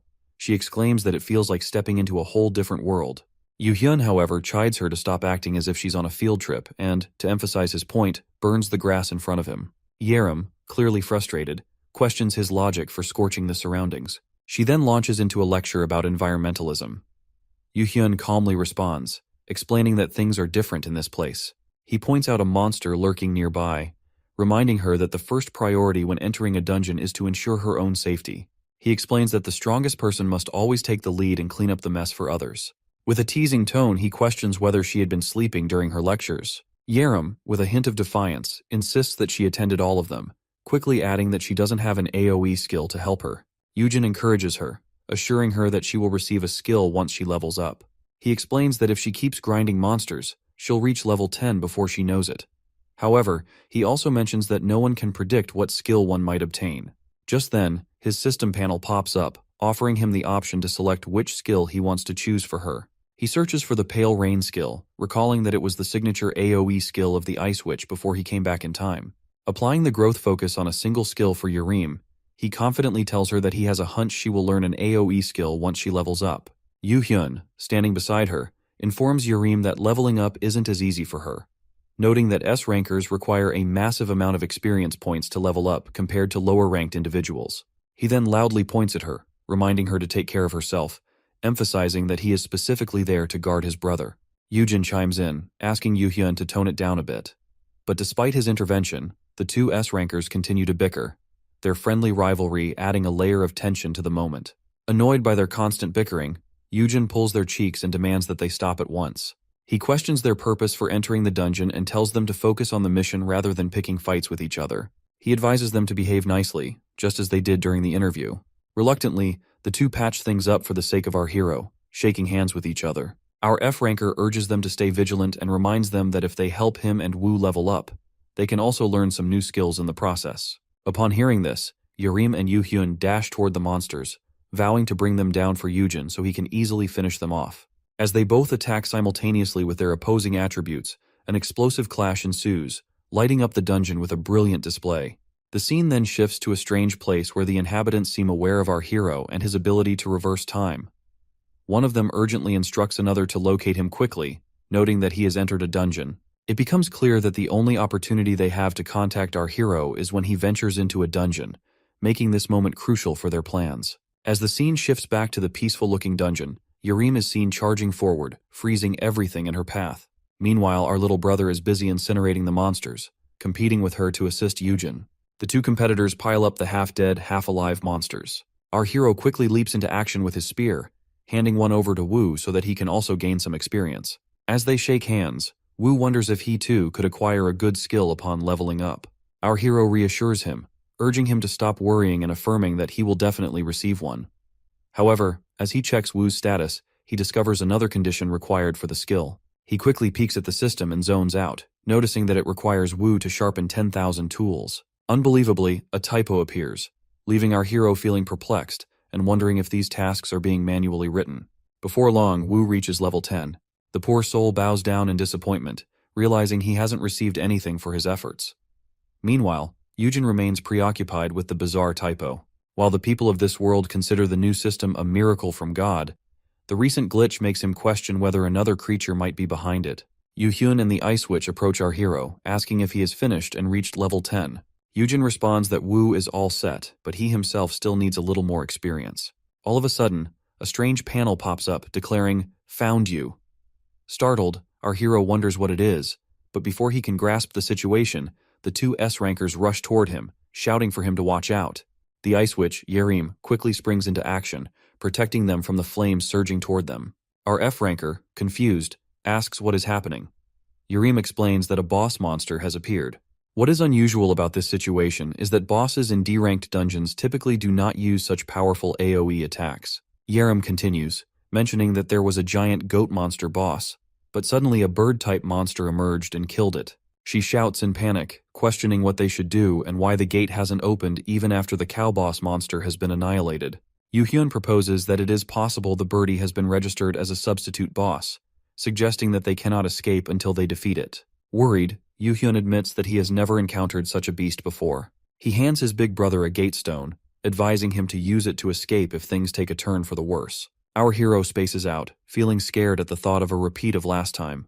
However, he ultimately rejects the gatestone, confidently assuring his brother that the monster stands no chance against him. He analyzes the beast, noting that its name is Golden Beak Maya, and that it is an A-ranked fire attribute dungeon boss. He further informs Yu Hyun that the skull is the weakest part of the Golden Beak Maya, explaining that destroying its wings won't be effective since it possesses an extra pair. Yu Hyun asks his brother how he obtained all this intel. Our F-ranker replies that he will fill him in once they escape.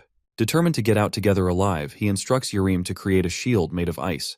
As the icy barrier takes shape, he tells his brother to go all out, readying themselves for the imminent battle. Yu Hyun insists on handing the gatestone over to his brother before jumping into action. Yerim questions whether she might have been a better option since she possesses a flight skill, but Yujin counters that she would only end up getting burned. Yujin is aware that not only does his brother have fire resistance, but he also possesses a skill akin to flight. Meanwhile, Yu Hyun waits for the monster to descend and instantly slashes at one of its wings. Our F-ranker shouts at him, urging him not to aim there, reminding him that the monster has spare wings. The birdie flies up once more and launches an attack.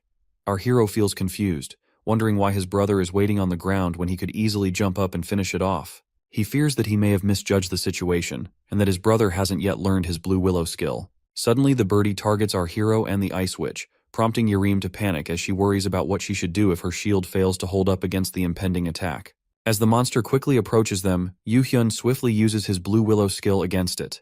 Our hero calms down at the sight, but as he observes how his brother is employing the skill, he shouts, telling him that he isn't supposed to use that attack in that manner. He urges Yu Hyun to jump on the leaves. At first, Yu Hyun is reluctant, but once he steps onto the leaves, he quickly gets the hang of it. The birdie engulfs our little brother in flames, but such weak flames stand no chance against him. With determination, Yu Hyun wields his blade and delivers the finishing blow to the monster. As he lands, our hero rushes toward him, asking if he is hurt. The little brother, filled with excitement, asks how he knew that the leaves could be used instead of flight. He expresses his gratitude, saying that all he was missing was a flight skill. But now he has resolved his problem. With the defeat of the birdie, the gate appears, and the four of them return to Earth. Upon their return, the guild members notice their guildmaster in disarray and become concerned, asking what happened. Yu Hyun explains that an A-ranked boss appeared and that they should report to the association.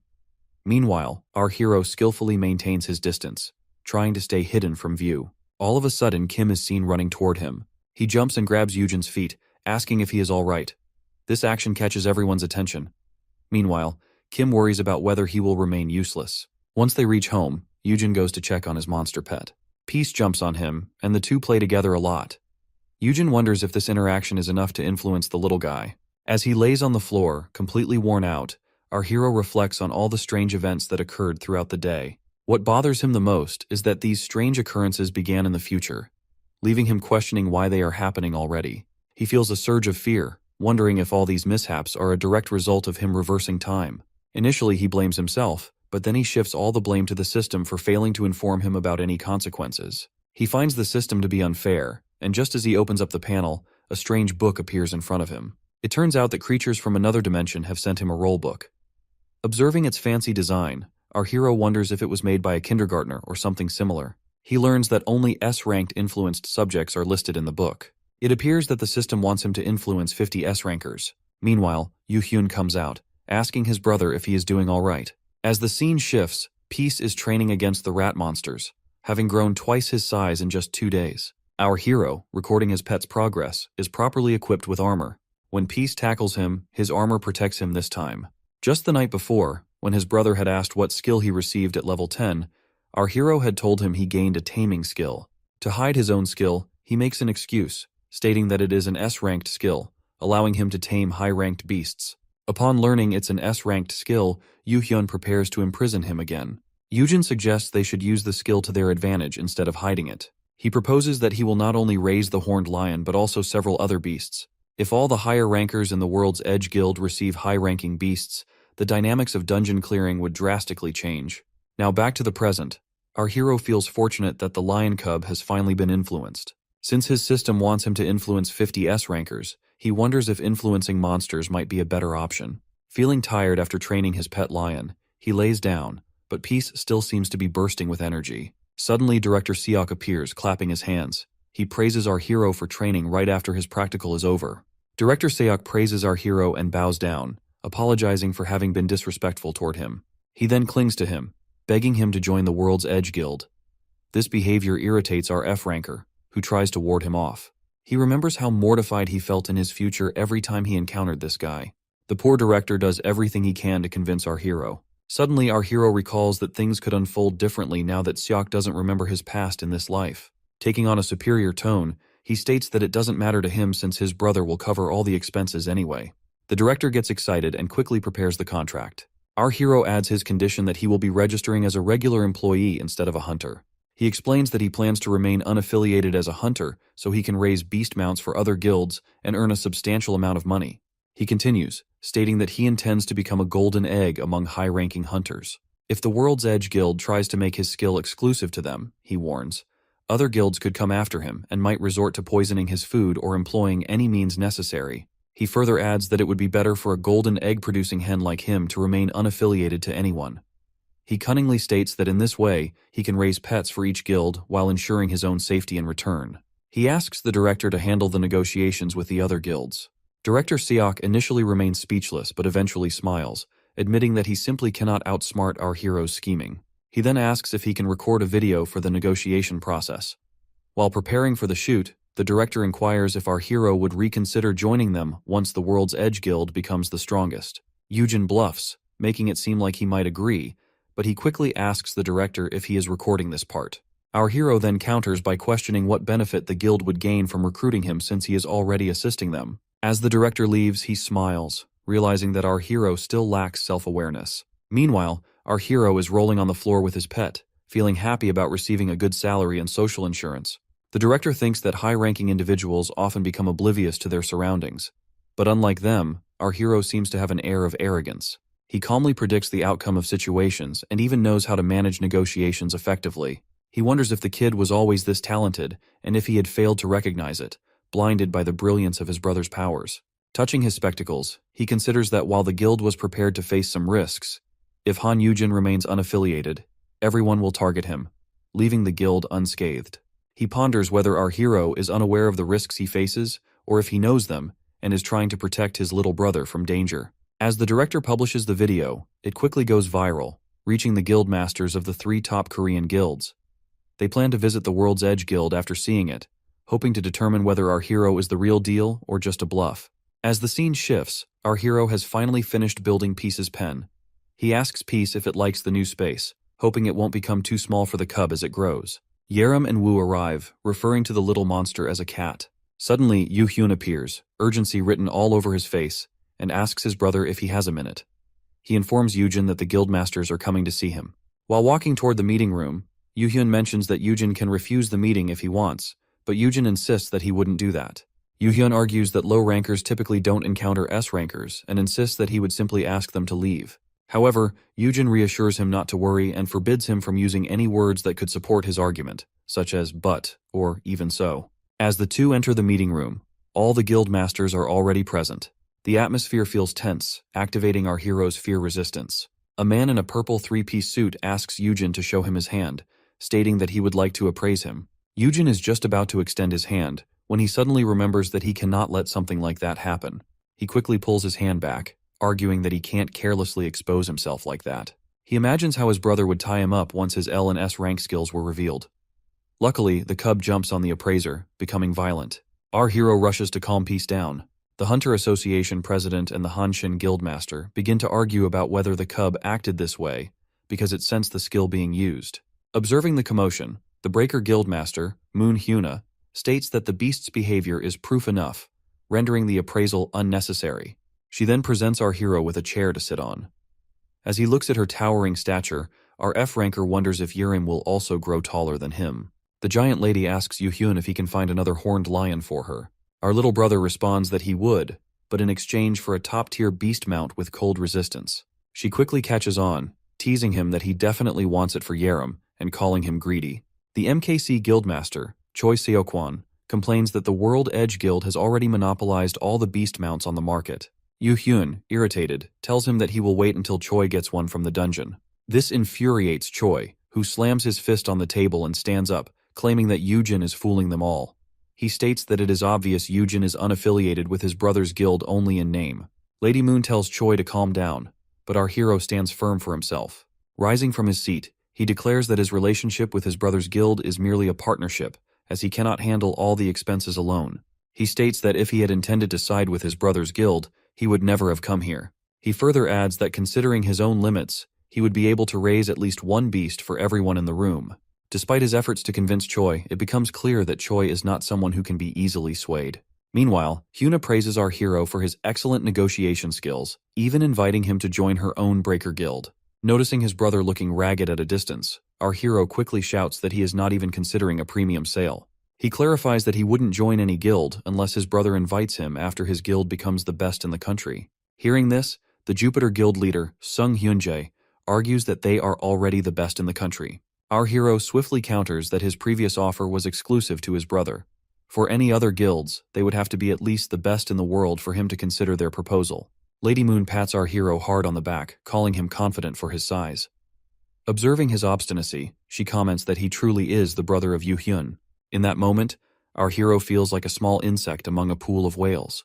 Had it not been for his fear resistance, he would have been overwhelmed long ago. He pities his brother for having dealt with these formidable figures until now. Park also praises our hero, arguing that he is much more docile compared to his brother. Yoo Hyun interjects, saying that he cannot agree because, in his opinion, his brother is probably the most docile person in the whole room. Everyone makes strange faces at our F-ranker, making him feel awkward. To clarify his earlier statement, our hero begins recounting a heartfelt story. He explains how his brother has always been an irreplaceable little brother to him, one who consistently cared for him even when he was very young. He shares that Yoo Hyun worked hard to get into medical school, promising to earn a lot of money for both of them. He adds that, despite his best intentions, he could never provide enough time for his brother, especially after their parents' death when he had to take on work responsibilities.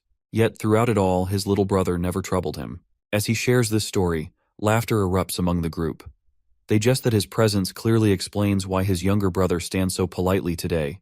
Yoojin feels a surge of anger towards the guildmasters and questions the lady about whether she is harassing his brother simply because of his youth. The association leader and Park struggle to contain their laughter at the scene unfolding before them. As the contract is handed to him, Yoojin snatches it away with a rude gesture, perplexed by the way everyone is treating his brother. Lady Moon explains that the guildmasters had reached an agreement prior to the kid's arrival. She suggests that Yoojin take a moment to read the contract and let them know if he needs any adjustments. While reading, our hero discovers that he is set to receive a building with safety guaranteed by all the guilds involved. Lady Moon, puzzled by his reaction, asks if Director Seok hadn't mentioned any of this to him. The association leader clarifies that the director specifically requested a building in Yoojin's name, recognizing that he would need a place to raise monsters. As our hero reviews the entire contract, he finds himself growing increasingly anxious when he reaches the part requiring his signature. He never imagined he would become the owner of an entire building in the heart of Seoul. The excitement overwhelms him, and he gets lost in thoughts about how his new property will be protected by the top 5 guilds in the country. He even starts to plan how he can set up an equipment workshop for Woo, and wonders if he could persuade Hyeon to conduct her research there instead of traveling all the way to America. He imagines himself being interviewed about his success story, which showcases his sudden rise from a construction laborer to a millionaire landlord. Not only does he envision this, but he also plans his retirement by renting out the building. As F-ranker returns to his consciousness, the guildmasters are already leaving.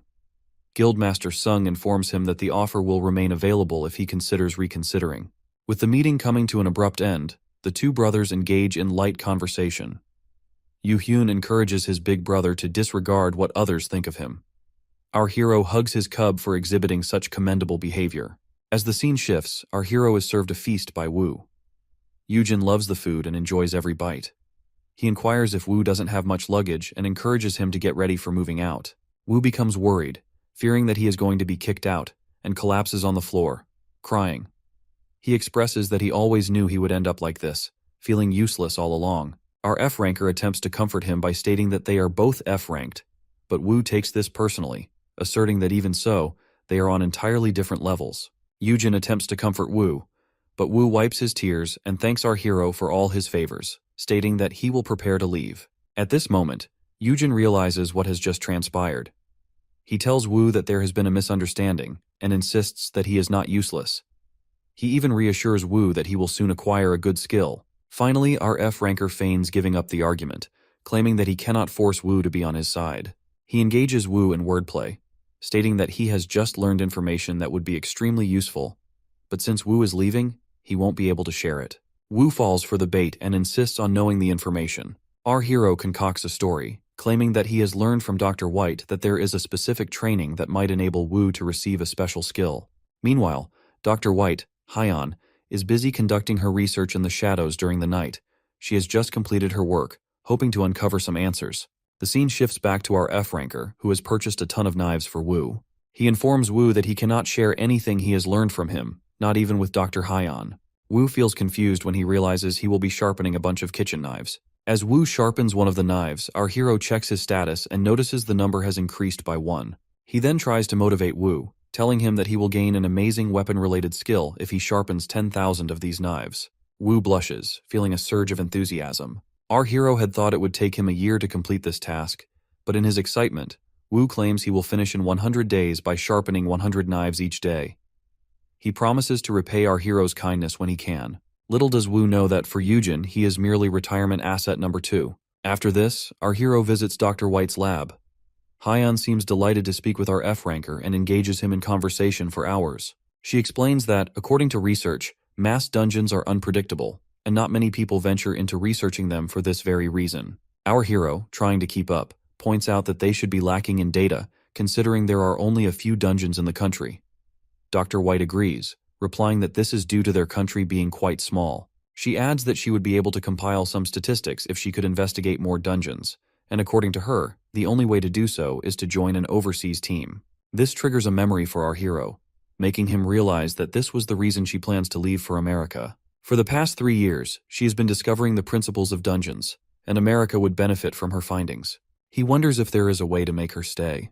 Hyan then retrieves some buckwheat jelly and places it near the window, explaining that Dokebi likes it on the last night of the lunar month. Curious, our hero inquires about this mysterious figure she speaks of. Hyan tells him that Dokebi is a mythical teleporting hunter, and as the name suggests, this particular hunter wears Dokebi attire. Dr. White further explains that neither their name nor their gender is known to people, which is why the pronoun them is used. The only information available is that they can teleport and have been using their skills to save people from dungeon breaks and various natural disasters. No matter the difficult circumstances, Dokebi has always been successful in dealing with gangsters. Their skills make them hard to catch, and they have never offended anyone in the world. Because they help everyone while remaining unaffiliated, everyone loves them. Learning how to call them on the internet, Dr. White hopes that Dokebi will come and share information about all the dungeons in the country. As she sprinkles the buckwheat, our hero starts to think of her as a bit mad.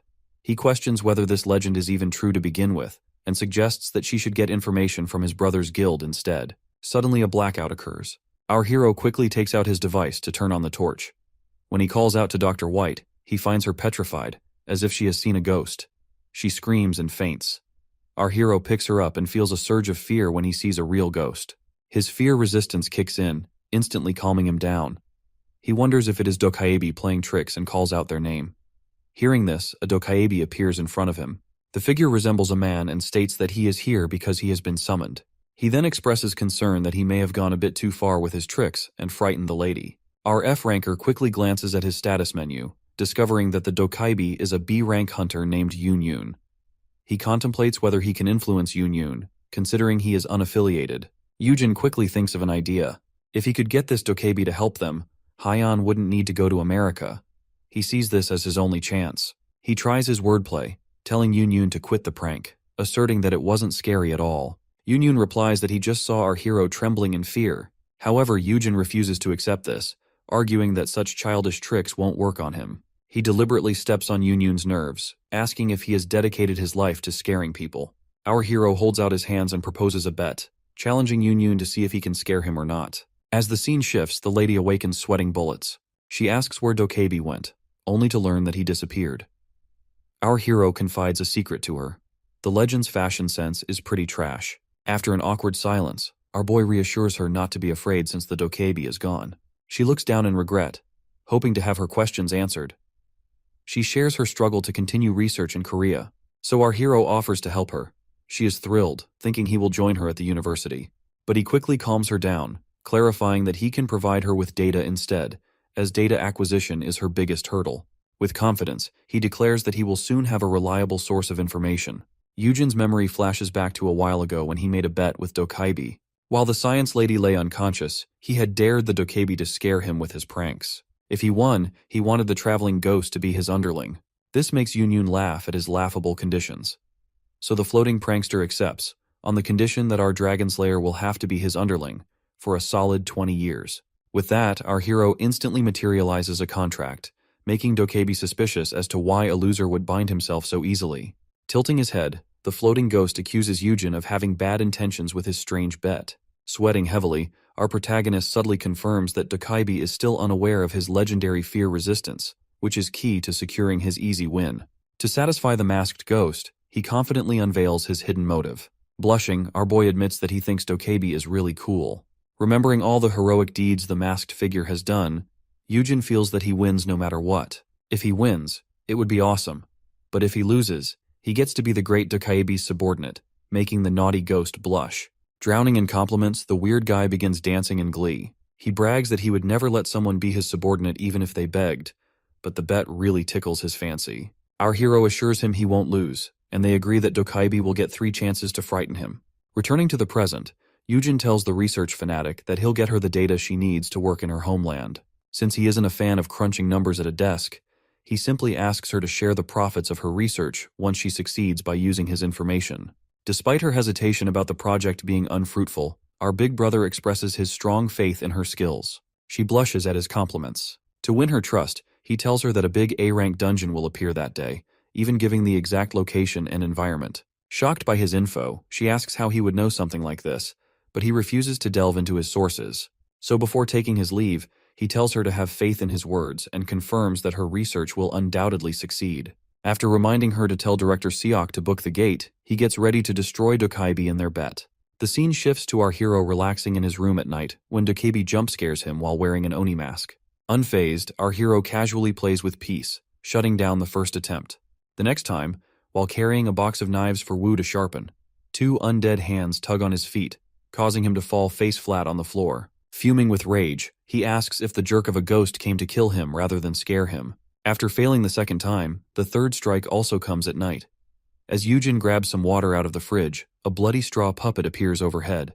Surprised, he compliments the effort before being caught off guard by a second attack from behind, which also impresses him. Just then, a dreary man with a knife appears behind him. Surprisingly, this terrifies Dokaibi, while Yujin casually greets Wu. His fellow F-ranker shares that he started grinding since he couldn't sleep, but overheard our protagonist talking to Dokaibi. As his eyes spot the 6-legged ghost, Wu collapses on the spot, foaming at the mouth. With the third attempt also failing, our boy gains a legendary subordinate. It is explained that the Dokaibi are spirits born from old objects. When Yujin asks how he came to be, Dokaibi shares that he awakened in a pool of water below a dungeon, which granted him his powers. Hearing this story, our boy pieces together that the teleport skill works just like dungeon gates. But what shocks him most is that Yun, the Dokaibi, is a real ghost.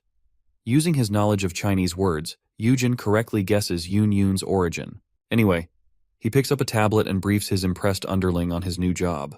However, the masked ghost glares at him silently. He then starts throwing a tantrum, refusing to do anything boring, criticizing how the Dokaibi is acting with his boss. Our hero reveals that the ghost will travel to various countries to collect data from their dungeons. He tries to butter up the lazy ghost who can bypass restrictions with his concealment and teleportation skills. Unimpressed, the masked ghost asks what purpose this serves. Yujin gleefully replies that he wants to make the Dokaibi a hero.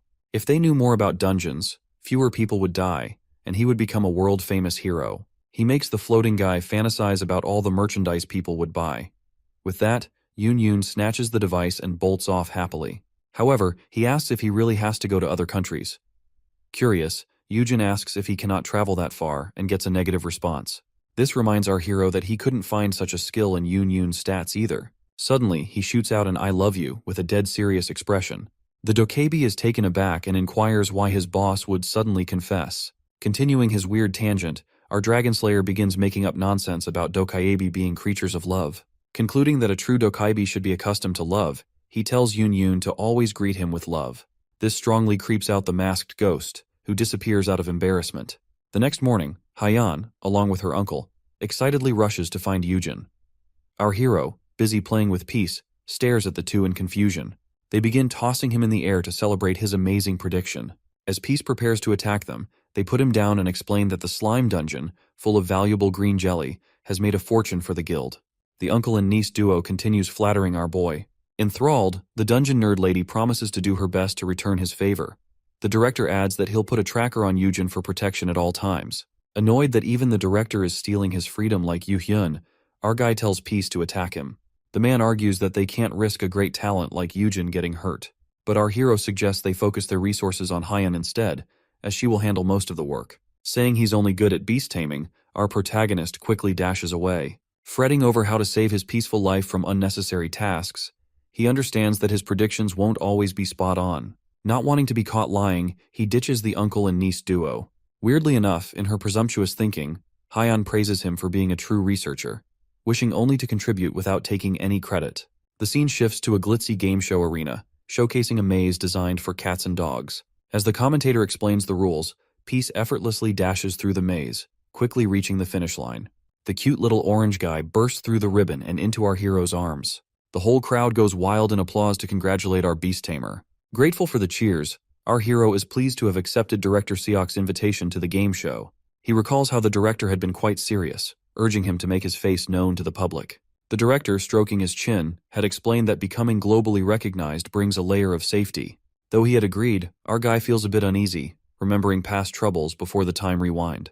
Anyways, as he makes his little adorable partner smile, all the participants melt in its cuteness. As they praise his totally adorbs monster, Yujin casually smiles.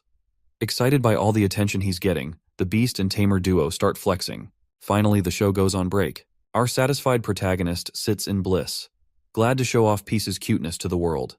He contemplates making a social media with its heartwarming pics, to capitalize on its fame with plushies and other merch. Lost in his daydream, he fantasizes about how cool he'll look as Peace's tamer when it grows up. Without realizing who is nearby, he announces that anyone wanting an autograph should line up. Then, a towering woman happily agrees and curiously asks if the autograph will include a cute paw print. Yujin's eyes fly open, startled to see Hyuna. Still recovering from the shock, our boy questions why the guildmaster is at his game show. So she casually replies that she's one of the 3 A rankers stationed to prevent accidents from his cute little monster going on a frenzy. While the guys around stare at her in awe, she offers her hand to help our hero up. Like a true Sigma, he brushes her off and stands up on his own. Confused, she teases him, wondering if he wants her to carry him like a princess, which only embarrasses him further. He tries to explain that acting so friendly in public could lead to misunderstandings about their relationship. But the big lady loudly proclaims that she wants Yujin to father her kids, scaring the crap out of him. She asks if Yujin would like to join her again. Pouting, he shows her a fearless attitude. She admits that this makes her love him even more. Yujin goes on to say that he sees everyone as just humans, so he has no reason to be afraid. Hyuna only smiles wider. Placing her hand on his shoulder, she tells him that while his view is admirable, it's also a bit concerning. Just then, Yerim arrives with drinks for the two of them, only to be greeted by a surprise. The Breaker Guildmaster stuns the audience as she announces, with charm, that she's borrowing him for a short while. As she does, a whirlwind of magical energy envelops our beast and tamer duo. Peace begins hissing as our hero inquires why she placed an airflow barrier. Hyuna merrily laughs and explains that it is a simple soundproof room. She assures him that a subordinate will inform Yerim on the outside. However, our hero's astute eye instantly recognizes that it is far from a simple skill. He's not surprised that Yerim was unable to do anything. Standing before him, the daunting lady tells him that they can finally talk in secret. Sweating a bit, he asks what secret is so important. Hyuna replies that it's more about keeping others from eavesdropping. When she brings up Yu-hyun, Yujin's expression turns serious. She shares her concern, pointing out that Yujin doesn't even know what his own brother's up to. Peace hisses again, but Hyuna only blushes at its cuteness. She then steps closer, giving our big brother a friendly warning to dig deeper into Yu-hyun's actions. She shares that she simply laughed in the meeting, but she advises him to do his research if he wants to work for the guild. She questions his judgment, wondering if he really believes that his brother forged a guild purely by merit.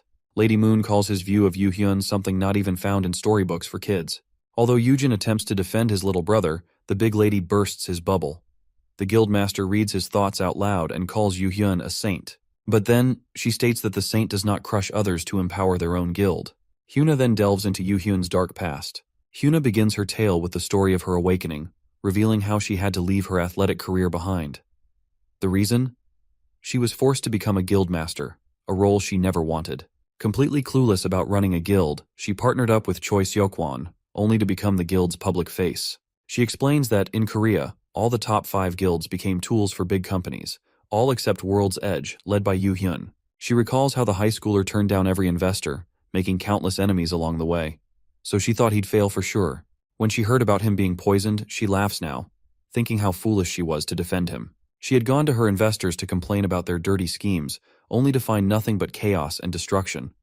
She thought a monster was responsible until she saw the culprit. There he was, piercing through his enemy's chest. A man begged for mercy, but Yoo Hyun showed none. When she called out, asking if he was okay, he lunged at her, barely giving her time to block his attack. In the end, the Breaker Guildmaster then tells Yoojin how World's Edge secretly eliminated each faction. Our hero, speechless, listens as she explains that this is the way of S-rankers, and he knows nothing about it, living so far from his brother's world. Our F-Rambler frowns upon discovering his brother's dark side. The big lady then leans to whisper in his ear. Then, the naughty lady leans in close, whispering a warning in his ear. She cautions that it's just a matter of time before the monster he's hiding from his brother fully reveals itself. As she advises him to distance himself, she gets a call from Yoo Hyun, saved as Crazy Bastard number 2 on her phone. With a cheeky smile, she offers our hero help in staying away from his brother. But our boy remains unfazed, aware of the dark politics that warped his brother's life. He snatches her phone, assuring Yoo Hyun that he's safe. Then, his little brother asks if the big lady has mentioned anything odd. Yoojin pauses for a moment, then casually admits she spilled some wild rumors about him. Lady Moon looks disappointed, but he understands that there are evil people in the world. He's not surprised by his brother's bloody history, considering his own hands aren't clean either. With a smug grin, our hero tells his little brother that he's being underestimated. So as a friendly payback, he announces that he will also talk crap about the big lady, standing all contentedly before him. When he mentions the April of the previous year, her jaw drops in angst. She instantly swipes the phone like it is the new iPhone, and asks how the hell Yoojin knows about her incident. She shakes him, demanding he reveal his source, but our Dragonslayer refuses to budge. She threatens him, saying she could kill him, but he casually shrugs and points out that she won't get a beast mount from his dead body. Yoojin smirks and says this is revenge for bad-mouthing his brother. He tells Hyuna to keep quiet, reminding her it's in their best interests. The big lady facepalms, saying she misjudged our boys. With a snap of her fingers, the barrier dispels. She's glad, seeing that the supposedly timid guy won't get pushed around by other guildmasters. Fuming, Yurim interrupts the two and runs in, angry that the big lady laid her grubby paws on our boy. But Hyuna laughs, saying that it was just 2 adults talking, and warns Yoojin never to let her secret come to light. Our Lady's man watches from afar as the 2 S-rank ladies fight over him. Seeing their rough but amazing chemistry, he's alarmed at the thought of Yurim possibly joining the Breaker Guild with the only other female S-ranker in the country. Referring to his future knowledge, he remembers that both S-rank guildmasters disbanded their guilds. Feeding water to his cute little partner, my guy considers hiring the big lady, considering she'd be a good friend for Yurim. He jokes to himself that Yerim could use a female mentor, but he nearly spits his water out when Yurim boldly declares she wants him to father her kids to one-up Lady Moon. My guy immediately jumps in to pull Yerim away from the other crazy S-rank lady. As the show wraps up, he ends up saying something he'll later regret. Later in his dorm, Yoojin watches in horror as his buddies laugh at his nickname upgrading from Beast Tamer to Beast Daddy. The next day, our F-rank Dragonslayer and his pal Wu carry rusty knives to the guild's equipment facility. Yoojin laughs about getting banned for sharpening knives in the dorm kitchen, and then suggests that Wu get chummy with the guild's smiths, who'll soon be his new colleagues. The scruffy-looking guy agrees, saying that'd be perfect since he's no dungeon diver. Yoojin just grins, knowing his buddy will soon be the top dog in the facility. As they step inside, they're hit with a wave of intense heat. They wander around, checking out the place, until Wu reaches for a dazzlingly bright magic stone, but a muscular guy yells at him to back off, nearly scaring him out of his skin. The buff guy scolds them, saying they shouldn't just waltz into the facility like that. Yoojin explains that he's the one who requested workspace access, and soon enough, he and Wu bow to each other.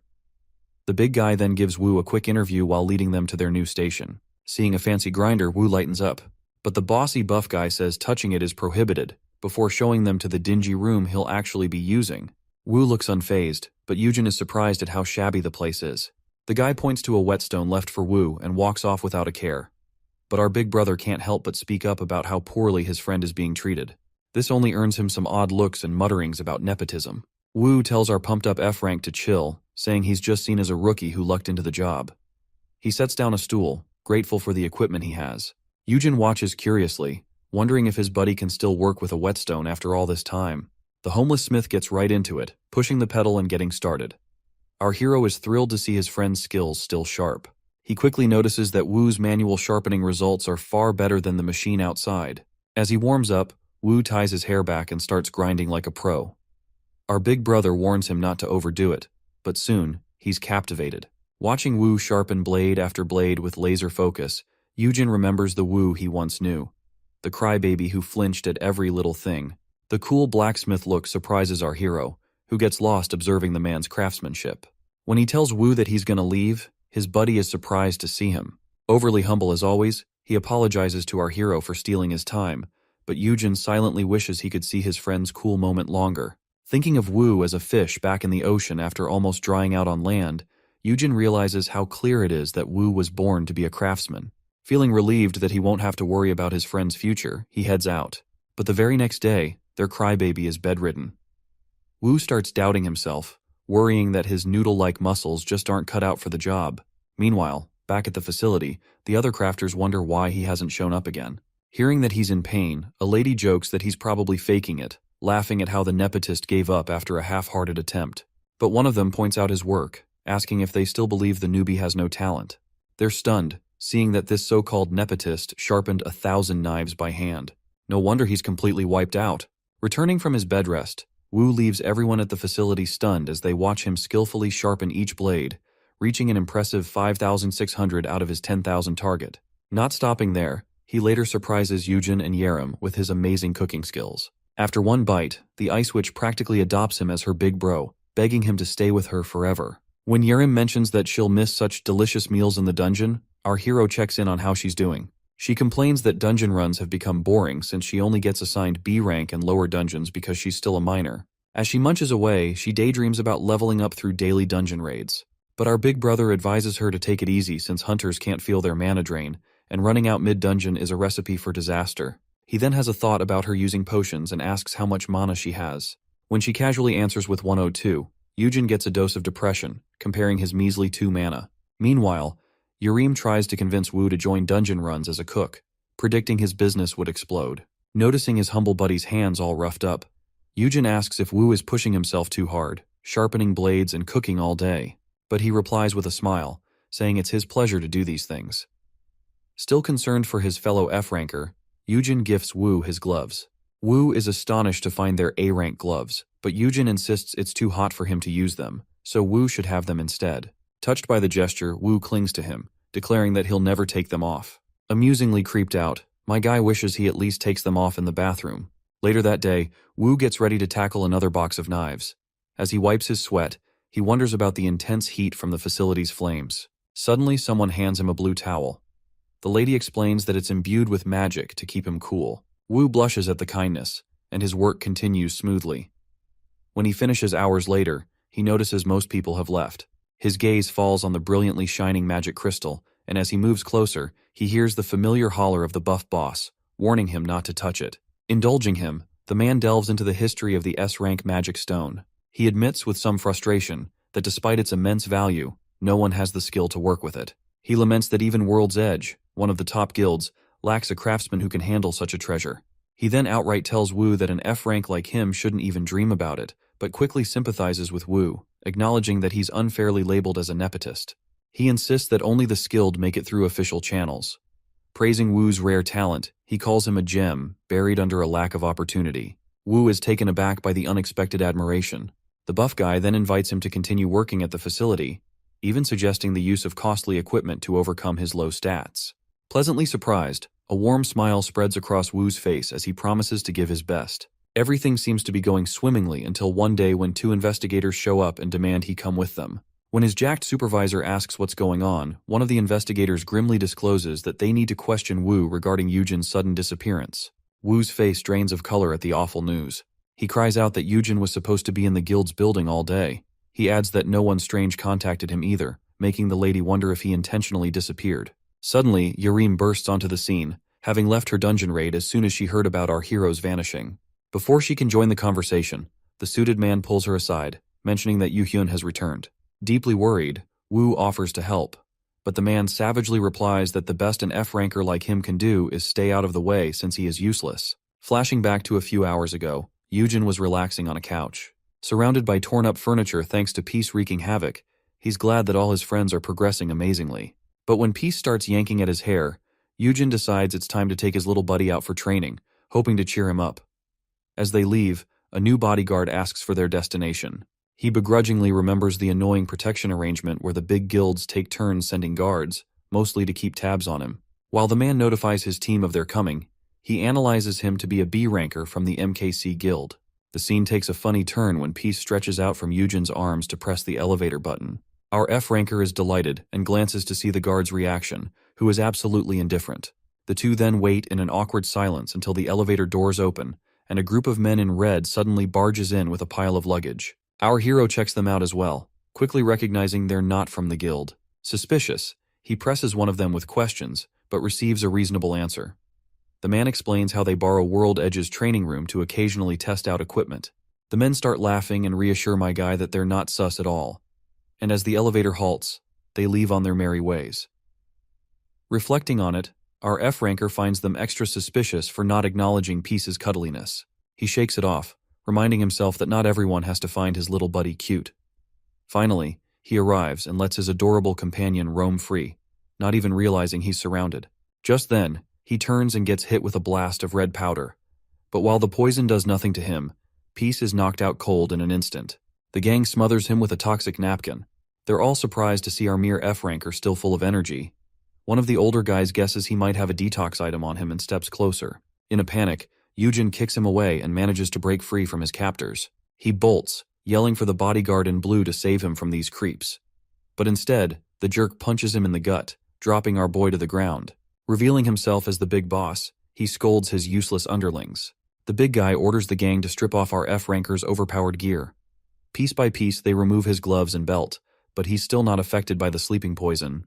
The blonde guy notices something off about his earrings and yanks them right out. Suddenly, he's down to just 2 mana points out of 29, after already burning through his reserves fighting back. Limp and drained, our F-ranker recalls his lecture to Yerem on the danger of mana depletion. Using a security loophole, they finish up by stuffing him into a piece of luggage and casually heading out the front door. Drifting out of consciousness, our guy makes a mental note that anyone who doesn't find Peace adorable is an enemy, no doubt. Hours later, he gets a rude awakening with a water bucket on his face. Coughing and sputtering, Eugen finds himself face to face with a B-ranker. Sizing up the kidnapper, Kim Wooji, he figures this B-ranker must be some big shot from a mercenary guild. However, Wooji apologizes for the trouble before grabbing him by the hair to lift him up. Not wasting a beat, the kidnapper sweetly threatens our guy, demanding the owner's token for his pet fire lion. Casually taking out a smoke, he assures Eugen that no one can find him. He repeats his request innocently, so our wise tamer grasps that Peace is still alive and probably nearby. He then points out that the 5 guilds are probably on their way to find him. With a pompous smile, the man shows him that the bodyguard is still standing guard outside the room, making sure no one finds out about our tamer's vanishing. The guy laughs maniacally, revealing that even if the search begins, they'll never be found in one of the thousands of containers on the bay. He mentions that they're soon headed on a cruise to Japan. Curious, Eugen asks if Japan is specifically targeting him, but Wooji clarifies that they plan to auction him off, suggesting a scheme to sell him overseas where they can't be reached. Realizing he needs to buy time before they hit international waters, Eugen knows that without stalling, neither the association nor the guilds will be able to save him. The arrogant kidnapper tells our boy to give up, but instead, Eugen starts laughing confidently. He mocks Wooji, saying he's not scared of crap. Knowing they can't damage him as valuable cargo, he flips Wooji off. Annoyed, Wooji forgets his smoke and, angered by Eugen's taunts, bashes his knee into our unarmed F-ranker. Wooji declares this as a reminder of Eugen's place, but Eugen simply replies that he knows it well. This further provokes the bandit, who responds with his boot. Grinding his boot into our hero's leg, Wooji regrets that he can't damage his merchandise any further. Meanwhile, my guy acts suspiciously masochistic, secretly hoping that the thug hurts him badly enough to land him in the hospital. To his surprise, he is dragged away to meet someone special. Wooji throws him against a cage, introducing him to a magical beast his gang has raised. Still dazed, our dragon slayer feels a slick black tentacle wrap around his neck. The ugly bandit enjoys seeing him shriek like a baby. He then introduces the C-rank monster, the poisonous tentacle monster known as Creek. The kidnapper shares a lovely fact that its poison makes one writhe on the floor in unbearable pain, frothing at the mouth all in the span of 30 minutes. With that, Wu-jae leaves, hoping to see Yujin beg for mercy on his return.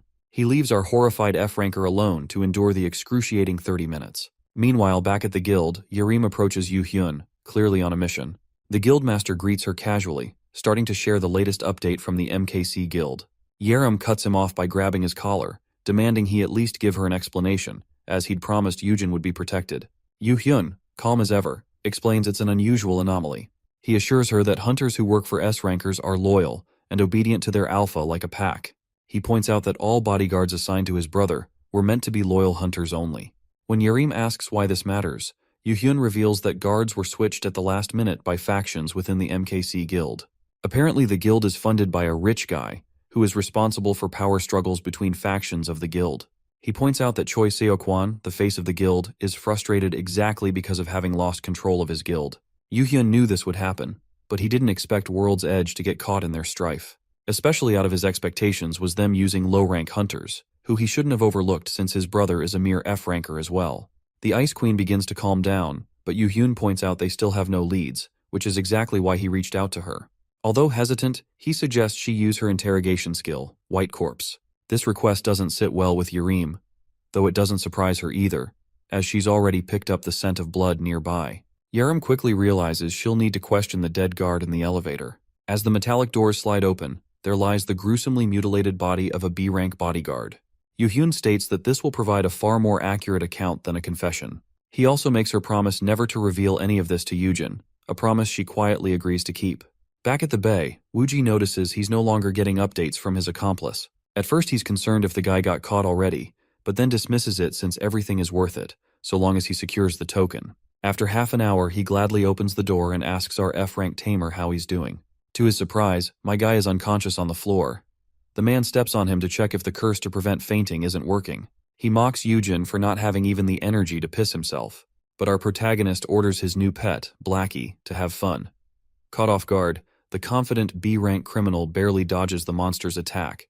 Getting his arm caught by Blackie, he's unable to believe his eyes. With a grin, our guy strokes the creek like it's just a pet, revealing that the so-called weak F-ranker can control more than just baby monsters. He laughs, saying only a fool would show all their cards up front, then orders Blackie to take a bite out of him. The guy grabs onto Blackie's tongue in a panic, frustrated that he wasn't informed of such a broken skill. Our F-ranker taunts him by boasting about his cool ability, and plenty of others. As the next half hour drags on, he watches in terror as the creek devours Wu-jae, its curse working its nasty magic. Disgusted by Wu-jae's worsening state, our guy ponders what might have happened if the man didn't have legendary curse resistance. Deciding it's time to finish things up, he pulls a dagger from his inventory. Without control over the C-rank monster anymore, he wonders if he can still handle it. To his surprise, the creature backs away, intimidated. 2 notifications inform him that his Dragon Slayer and Rukhtar's natural enemy effects are in play, doubling his power against the creek. As a Dragon Slayer, he's got a natural advantage, even against this cursed dragon. However, he is aware that his attack abilities are pretty trash, so he resorts to using his influencing skills. Casually tossing his knife away, he catches the dragon off guard. With a C-rank magic stone from his inventory, he invites Blackie to cooperate with him, while the vile kidnapper watches our hero tame the dragon once more before his eyes. Under orders from its master, the monster pounces onto the proud B-ranker. But the man shows some balls and breaks free from the tentacles restraining him. The curse on his arm still tortures him though, which lets our protagonist seize the moment and stab him from behind. In a rage, Wu-jae smacks my guy back. But with a smug grin, he drives his blade into the so-called mighty B-ranker as if his skin were nothing. The man curses the cocky F-ranker, who orders Blackie to bite Wu-jae again. In his arrogance, the kidnapper brings out his sickle, confident that he can take down a C-rank monster single-handedly. And so he does, decapitating the dragon with a single slash. Clearly pleased with himself, he laughs that Yujin is a fool to believe he could win against him, a mighty B-ranker. He bursts into maniacal laughter, eager for his revenge. But suddenly, a black miasma completely paralyzes the jerk. Dumbfounded, he wonders why the low-rank curse is active even when the creek's corpse is dead cold. Too bad bro doesn't know what's about to happen to him, as Yujin's final gratitude skill activates. Not only does he gain double the dragon's stats, but the Dragon Slayer effect doubles it to a solid 4x multiplier. Though he briefly hesitates to unleash such power on his kidnapper, our boy rationalizes it with self-defense. Staring with devilish eyes, he asks the jerk why he would kill an innocent creature. With his fingers digging into Wu-jae's skull, He demands to know where his little buddy is hidden. Woo-jae, completely unaware of his doomed fate, spouts insults back at him. Seeing the pointlessness of the exchange, Yujin decides it's time to end it. Using his sticky poison skill, he starts melting Woo-jae from the face down. He apologizes one last time, muttering that no one should ever know the full extent of his final gratitude skill. Despite his inner pacifist regrets getting kidnapped, forcing him to take lives unnecessarily, our Dragon Slayer disappears, leaving not a trace of a body behind, at the risk of Yurim using White Corpse. As Yujin makes his way out, all the door handles stick to his hands. Struggling to control his overwhelming power, our Dragon Slayer thinks about how to spend the next 7 days with the upgraded final gratitude. He checks to see if Blackie possesses any useful skills. True to a lizard, he spots a skill that camouflages him, and one even lets him detect foes stronger than himself. As he continues on his way, the crushed bones in his leg ache, but his OP stats lessen the pain. Concealed by his stealth skill, our protagonist begins searching for peace, traveling a path ironically filled with violence. Fortunately, he stumbles upon the same jerks who kidnapped him. With his invisible tentacles, he chokes them while casually walking by. He walks in on a boss guy casually scrolling on his phone. After kicking open the steel doors with raw leg strength, he wonders who the man is. Judging by the man's demeanor, he seems like the top dog, while the guy looks shocked at an F-ranker escaping so easily. Trying to distract our hero using Peace's name, the scumbag grabs a box and tries to sneak attack him. He misses, but then rambles that our F-ranker should have run when he had the chance. The guy summons a phantom sword and taunts him, saying he has the key to Peace's cage. On further analysis, he discovers the C-ranker with a storm axe is Park Sang-gun, a nobody. So our hero whips his face with his tentacle and warns him to quickly tell him where the cage is. Failing spectacularly to talk back, the guy gets slapped again. The cycle of beating continues every time he spews crap. Beaten and battered, the C-ranker asks if Yujin got kidnapped by choice. But my guy tells him to mind his own business and give him the damn key. He keeps torturing the punk while expressing his reluctance to hurt him further with an axe in hand. With a charming smile, our hero unveils his second cursed dragon skill, nearly melting the charred black axe. The guy is horrified as he watches black goop spill beside him and instantly spills the beans. But he's not stupid and presents a contract.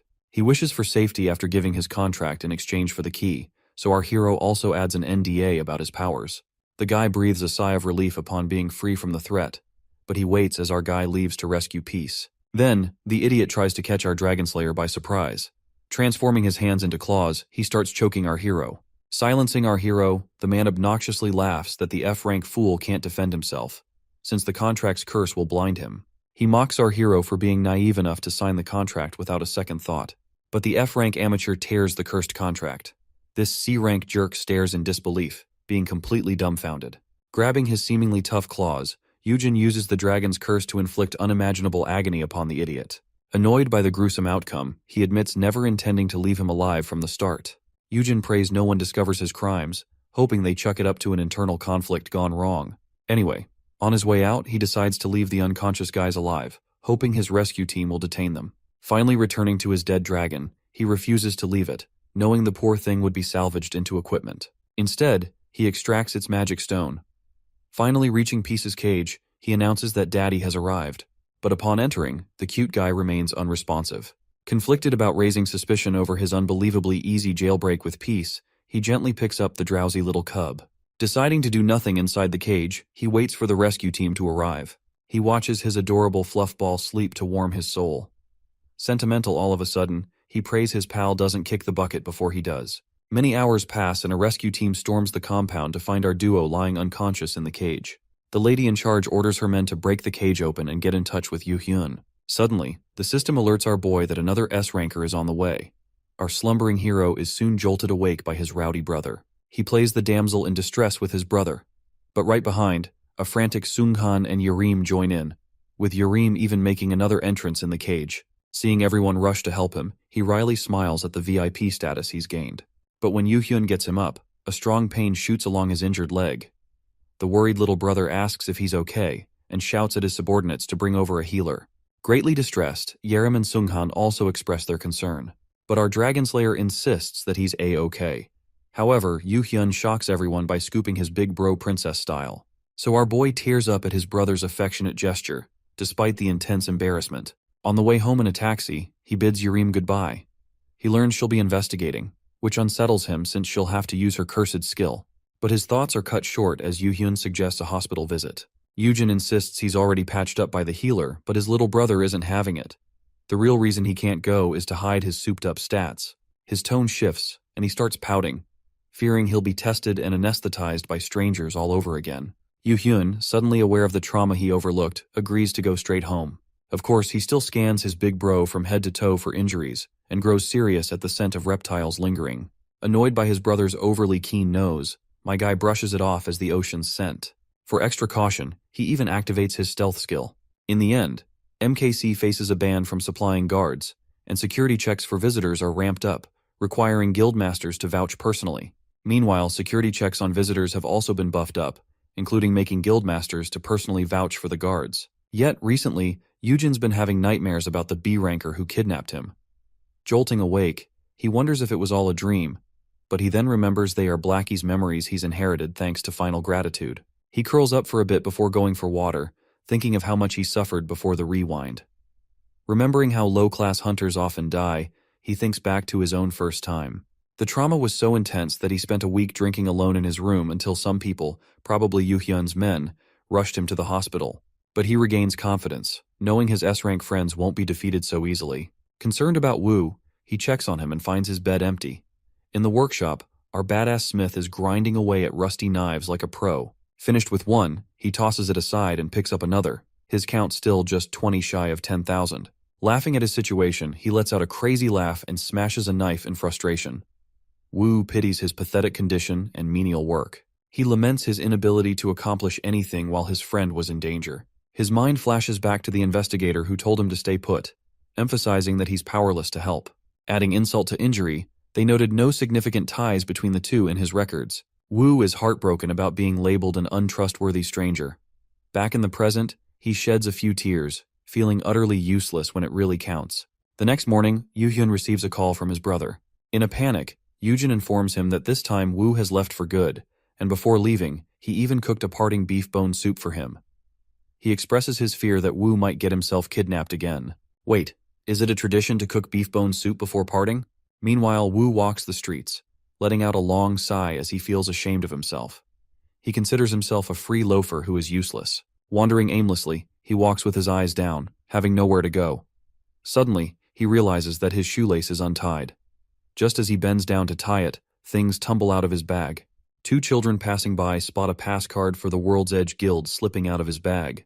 They become overly excited and bombard Wu with questions about the highest-ranked dungeon he has visited. A crowd gathers around him, making him increasingly anxious. When he can no longer bear the pressure, Wu shouts out loud, declaring that he is merely a housekeeper in the dorm. This does not deter the children. Instead, they continue to ask him even more questions. The poor guy spills the beans, revealing that he only has an F-class weapon buff. This revelation puts an end to the children's excitement.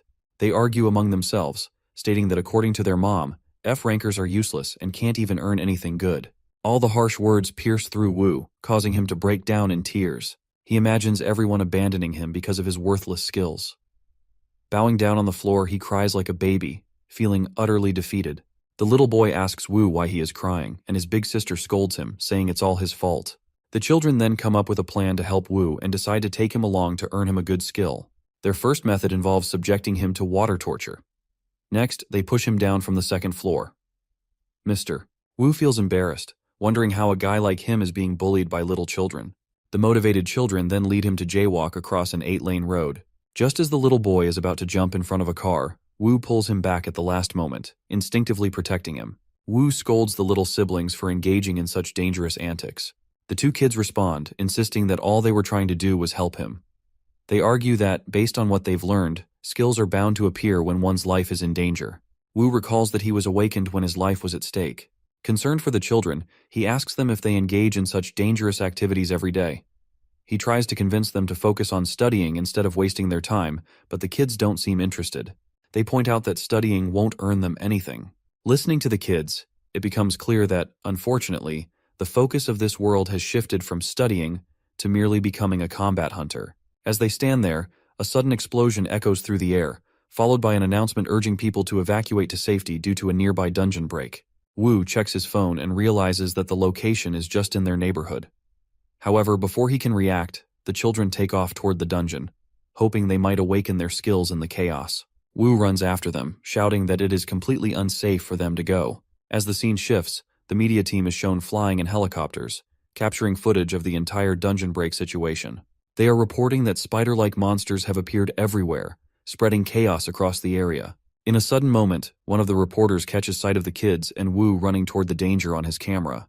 The footage goes live, showing that a few people still haven't evacuated the scene. Before long, the kids are seen fleeing from the spider monsters with Wu, who now regrets following them.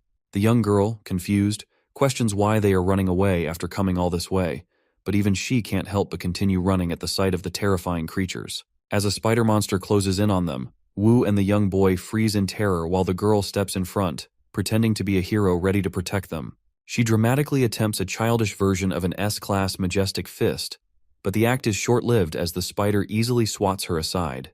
She falls to the ground, sinking into fear, realizing she never imagined things would turn out this way. Reacting quickly, Wu scoops up the two kids and bolts toward a nearby staircase. His only plan is to make it to the top floor and call for help. As they scramble upward, the girl sobs, pleading for them to leave her behind.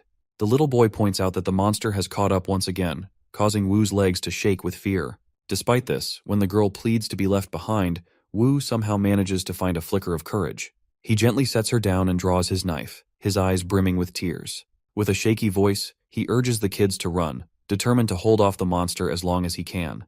He says a few encouraging words, trying to give them the strength to push forward. He tells them to hurry up the stairs and call for help, hoping his sacrifice buys them enough time. The children rush upward, pleading for Wu to hold on until they return with help. As they vanish, Wu drops any pretense of heroism, fully aware he stands no chance against the monster. In a swift, brutal moment, the creature hurls him against a glass window. The window shatters, sending Wu plummeting from the building. During the fall, his mind drifts to his past, overwhelmed by thoughts of his own insignificance and failures. But then, something unexpected occurs. He spots someone racing up the side of the building toward him. It's Yujin, our hero. Wu initially assumes it's a figment of his imagination, but the sight brings a deep sense of comfort. Yujin quickly catches up and jumps to shorten the distance. He asks Wu to quickly grab on and catches his hand. A spider-like monster moves toward the duo, but the Dragon Slayer skillfully evades it using his tentacle powers. Wu, startled by the sight of the tentacles, feels a wave of fear wash over him. Curiosity gets the better of him, and he questions the hero about the strange appendages emerging from his back. However, Yujin casually dismisses his concerns, suggesting that Wu must be imagining things since nothing like that exists. Before Wu has the chance to press further, our F-ranker swiftly delivers a precise chop to his neck, causing him to lose consciousness. When Wu eventually regains awareness, he is met with the surprising realization that he is now back in the dorm, utterly shocked. Wu wonders if it had been a dream, but after seeing the same two kids from earlier on the news, he becomes certain it was real. Before his panic escalates, our hero shows up with a bowl of soup for him. Without delay, Wu questions our hero about the tentacles he saw coming from his back. Yujin, however, tricks him, claiming there are no such tentacles and that the World Edge Hunters were the ones who saved him. Wu, unconvinced, insists that he doesn't recall anything like that. To shift the topic, our Dragon Slayer grabs Wu by the shirt and shakes him, demanding to know why he had run away. Yujin complains about how worried he is, thinking he might never see Wu again. Hearing that someone still cares for him, Wu begins to cry. Our F-ranker, concerned, asks if Wu is hurt and in need of a healer, but Wu shakes his head, explaining that Yujin's words made him feel like a heavy burden had been lifted from his shoulders. Wu then nervously asks if he'll still stay on our hero's friend list, even if he ends up with a useless skill once the knives are sharpened. This angers Yujin, who demands to know if that's why Wu ran away. In an effort to encourage him, Yujin reminds Wu that he's already doing more than well enough without a skill. Trying to lighten the mood, he adds that he's become addicted to Wu's cooking and just couldn't live without it. All this heartfelt confession fills Wu with happiness, and he promises to cook for our hero whenever he desires. As night falls, Wu returns to his sharpening business, this time with a clear mind. While sharpening the blades, he reflects on his past memories. He recalls the dark time when he contemplated suicide, but suddenly experienced an awakening. Though his skill seemed useless, that awakening granted him a subsidy of 1,000,000 won, all of which he used to pay off his debts. He never felt like a true protagonist and often envisioned himself slowly drowning in dark waters. Just when he had lost all hope of living, Yujin approached him, extending a hand in friendship. Initially uncertain, Wu felt gratitude but was also haunted by lingering anxiety. Even while sharpening the knives, Wu struggles to think of anything positive. However, when he hears a little child calling herself worthless, he realizes he has been wrong all along. Yujin never looked down on him because of his rank, and never tried to force him into roles that didn't suit him. As he wipes away his tears, it dawns on him that our hero has been supporting him all this time. Yujin believed in him when he could not believe in himself. With this realization, Wu vows to overcome his anxiety. A sense of determination fills him like a surge of rage, and he feels the countdown of the sharpening approach to the 10,000 threshold. Before his eager eyes, an emblem of a double S-ranked skill appears, and the system informs him that he has earned the title of Master of the Golden Skill. The next morning, a little panic breaks out in the area as people express concern over the disappearance of the S-tier magic stone. A worker at the scene asks a lady making a fuss if she hasn't seen the latest news. They inform him that the magic stone has found its master. In the next scene, an S-ranked majestic spear is seen in the hands of Yerim. She has taken it out to test the first weapon crafted by Wu, known as Parmeni's Ice Tree Spear. Determined to assess its strength, she aims the spear at the lake. In an instant, the entire lake freezes solid. The guild captures the footage and displays it on a public platform, proudly introducing the world to the 16th S-class weapon, the only one ever crafted by a human. The South Korean Association guarantees the tier of the weapon using the appraisal skill and announces the name of the manufacturer. Interviewers turn to Wu, asking him about the highest class he could potentially produce. In response, Wu reveals that there is no limit, but to create a double S-tier weapon or even higher, he would need to gain more experience. Kim, standing alongside our hero, finds this revelation truly amazing. He points out that they will now need to appoint guards for Wu's safety. Yujin informs Kim that, according to Wu, simply gaining the skill has boosted his stats to C rank. However, Kim struggles to comprehend this, as he has never heard of anything like it before. The scene shifts back to last night. Wu invites our hero into his room and proudly presents the weapon he crafted. Using his subspace pouch skill, he reveals a whole inventory of valuable items he acquired along with the skill. He further shows our F-ranker an entire encyclopedia dedicated to weapon production. As our hero sees all the impressive things Wu has received, he lies back in disgust on the couch, recalling that he barely got an explanation for his L-ranked skills, let alone anything like this. Wu then asks our hero if he wants to see his smithy. Hearing the word smithy, our hero quickly perks up as Wu opens a golden door to a workshop, allowing our hero to enter alongside him. Impressed by the cool surroundings, our hero remarks that with a setup like this, Wu wouldn't even need to worry about any potential kidnappings. As our hero enters the smithy, he can barely close his mouth in amazement. Yujin finds it astonishing to see a burning furnace that operates without any fuel. As he takes a closer look, Wu warns him to step back, explaining that it is a fire spirit. The fire spirit greets its master and introduces itself as his Moir. Our hero, amazed, comments that he has only seen such creatures in games. Wu shares that the fire spirit assisted him in creating the weapon, explaining that everything was programmed by the previous master to help him learn the basics. Yujin finds the mention of a previous master strange and argues how there could be a previous master when Wu is the first ever weapon producer. Wu replies that he is just as clueless, explaining that all the previous master left behind is a bouquet and a card written in a language that, strangely enough, only he can read. When he translates it, he finds that it is simply a welcome message.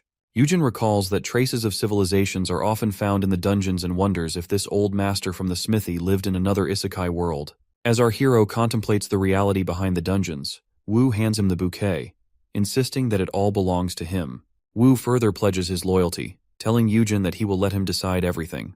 Hearing this, our hero can hardly contain his excitement as everything seems to be falling into place, just as he had planned. However, he strangely adds that Wu doesn't have to listen to him. He then reveals that he has been hiding a secret from Wu all along. Yujin confesses that he never knew Wu to begin with.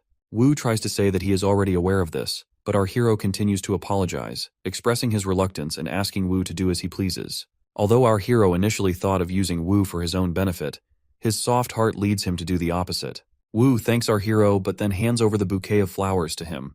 Furthermore, he decides to give his first ever weapon to Yerim from the World's Edge Guild, arguing that the guild has helped him a lot. Meanwhile, our hero, sitting next to Kim, feels disgusted at the thought of letting his future investment slip away. Despite his feelings, Yujin acknowledges that seeing Wu prosper feels like a win-win situation. Kim then asks if Wu would be able to work independently now, to which Yujin replies that he doesn't see a reason why not, especially since he would be welcomed wherever he goes. Kim tries to convince Yujin to be a bit more selfish, but our hero pretends to be indifferent. Yerim, after receiving the weapon, first thanks Wu for it and then mentions our hero. Upon hearing his name, Yujin spits out his drink, caught off guard by the unexpected mention. Wu agrees with Yerim and starts praising our hero, even referring to him as his benefactor. As the crowd's attention shifts toward Yujin, he is seen hiding his blushing face. Meanwhile, Wu and Yerim intentions are crystal clear. They say all this to ensure the safety of our F-ranker. A few days pass in the blink of an eye. Our Dragon Slayer finds himself growing bored with nothing to do, especially since his blacksmith boy has gone into hibernation in his smithy. He calls out to his baby lion, asking if it wants to go for a walk, but the cub appears to be drained of energy. Yujin wonders if the kidnapping has traumatized the little creature. A lady passing by notices this and offers to accompany them to the training room. Her name is Kang So-young, and she is acting as a bodyguard. She explains that she has been specially recruited by Sung directly from England. There's news circulating that she and her brother, Yu Hyun, have plans for the future together. As So-young accompanies our hero to the training area, she mentions that the kidnapping news shocked her, and she is relieved to find him in one piece, claiming that he is her last hope. She explains that she possesses a double S-ranked dragon riding skill. However, the challenge lies in the fact that dragons are known to be the most difficult creatures to tame, making it nearly impossible for her to use her skill effectively. So-young shares that she has high hopes connected to our hero's abilities, as dragon nests frequently appear within his grandmaster jurisdiction. Seeing her enthusiasm, our hero blushes, realizing how cute his future sister-in-law is. But unexpectedly, So-young asks our dragon slayer to be the one who raises her child, referring to the baby dragon. This request disgusts our hero, who argues about her choice of words. He recalls the culprit behind this notion, which is Lady Moon. They enter the training room, but Peace lies lazily on the floor, as if it has lost all interest in life. It clings to our hero, refusing to come down. He tries shaking it off, but it remains stubbornly in place. He asks So-young if there's a way to take the pet out for a walk. She thinks for a moment and then mentions that her Jupiter Guild has a garden on the rooftop.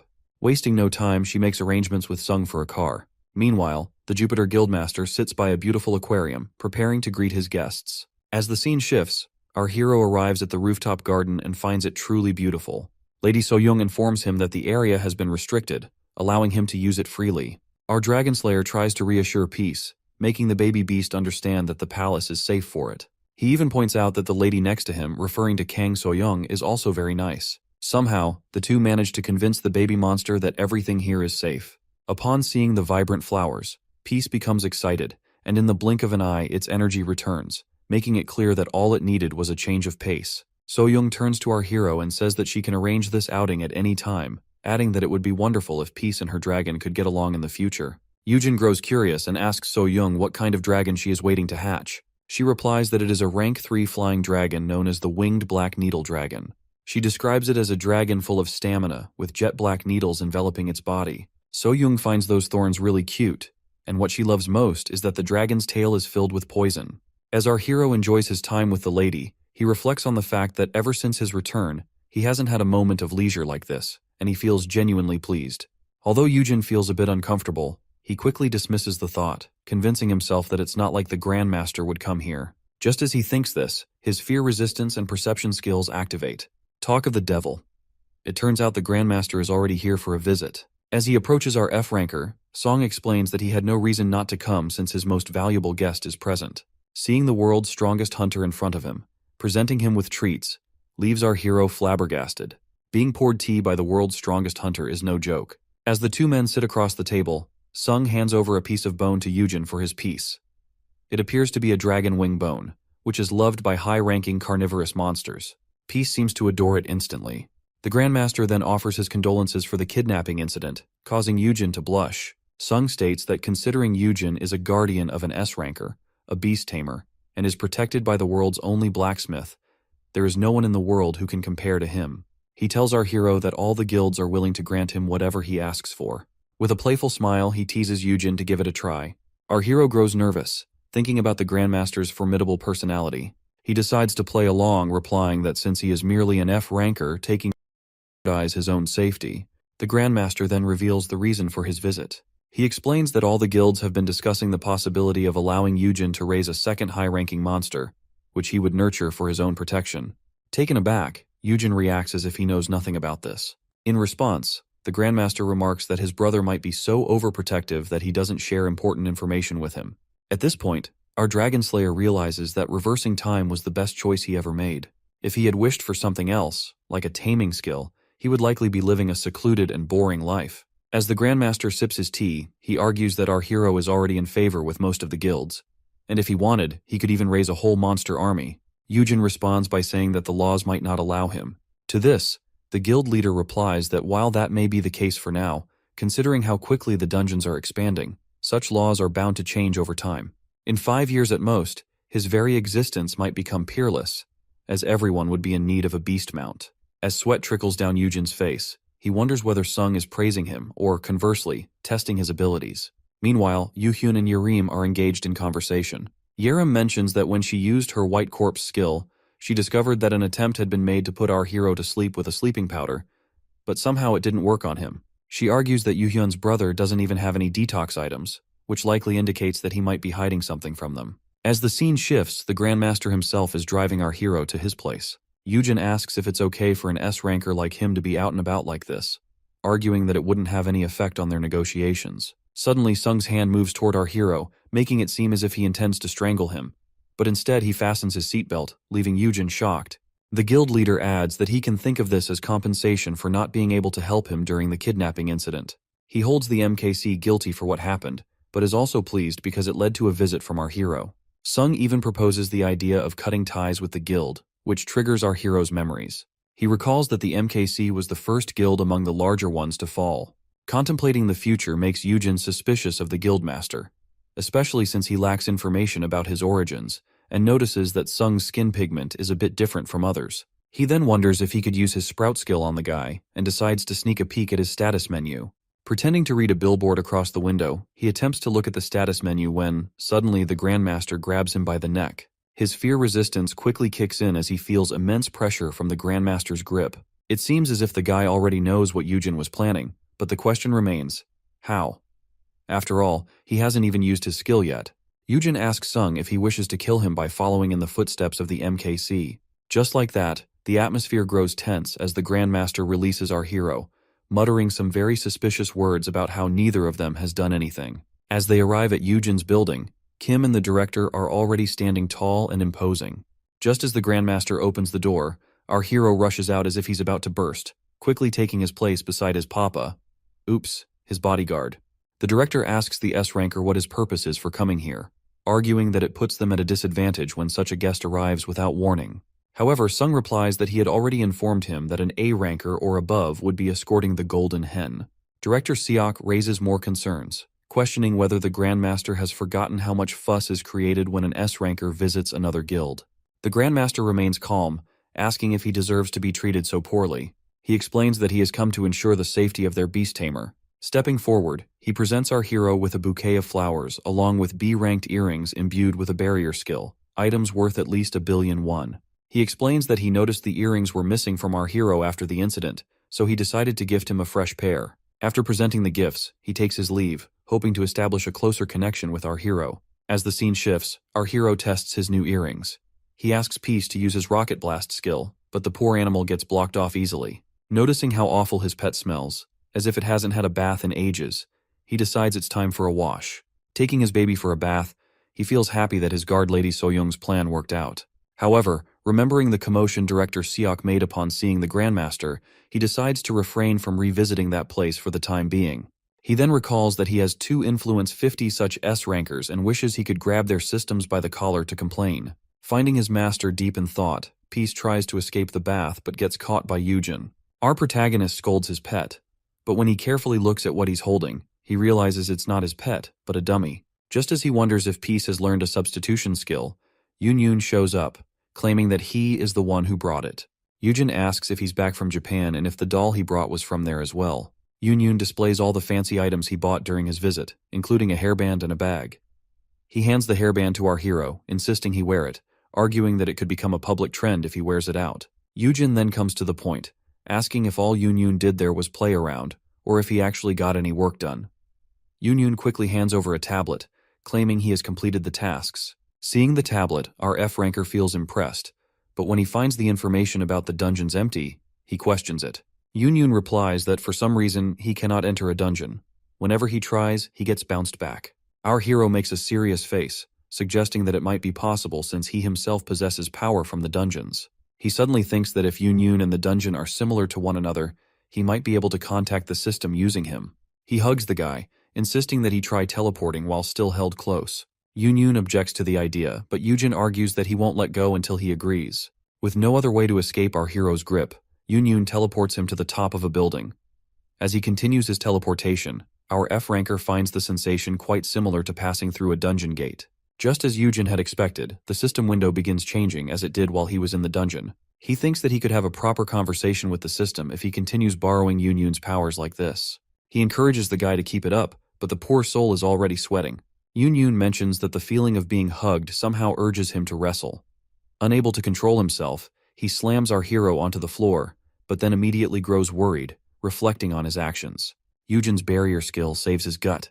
He quickly opens the system menu, hoping to receive some notifications. This time, however, he finds the code displayed vertically with numerous grammatical mistakes. He wonders if the system is unable to influence this side of the world. While comforting Yoon, he decides to dive into a dungeon again. He dismisses Yoon, telling him that he will reach out again when needed. Unbeknownst to them, Yoon sees a resemblance between his granny and our hero, finding them strikingly similar. Yoon teleports our F-ranker back to his dorm. As the scene shifts, Yoojin successfully books an F-ranked dungeon for himself. He quickly changes into his new outfit for the day, trying to hide his identity. Considering he still has Blackie skills, now is the perfect time for him to enter the dungeon to have a chit-chat with the system. Our boy moves like he's starring in his own Assassin's Creed episode, throwing in some flashy, unnecessary moves along the way. Eventually, he reaches the first obstacle blocking his path. Activating his stealth skill, he turns invisible and makes his way toward the elevator he needs to infiltrate. As luck would have it, a guy delivering lunch shows up at just the right moment, and our boy effortlessly slips inside. And with his Dragon Slayer swag, he sneaks right past even the sharp A-rankers without breaking a sweat. But then comes the next challenge. The dreaded beeping metal detector. Noticing a businessman being held up for inspection, our guy seizes the chance. He sprints from behind the man and slides at lightning speed through the machine, smoothly continuing on his way while the poor guy gets a full-on pat-down. He finally arrives at the facility housing dungeon doors. He thanks his luck that the guards don't even bother to watch the F-rank dungeons. Before diving in, our protagonist sets his goal to contact the system and flee ASAP. He double-checks his supplies, with special regard for the gate stone gifted by Yoon. Glad he snagged it back then, our boy promises to return in one piece, maybe even stop his risky stunts. Jumping into the forest dungeon, he is surprised by the sheer density of trees. A group of ape monsters spot him from a blind spot. Thinking it's easy prey, the shrieking monkeys lunge at him. Unlucky for them, Yoon's dragon tentacles slaughter them. Our boy continues his stroll through the dungeon, waiting for the system to contact him again. He keeps destroying all the monkeys, literally birthing a mountain of corpses. Yet all his yelling, my guy gives up. Out of nowhere, the long-awaited system message appears, startling his soul out.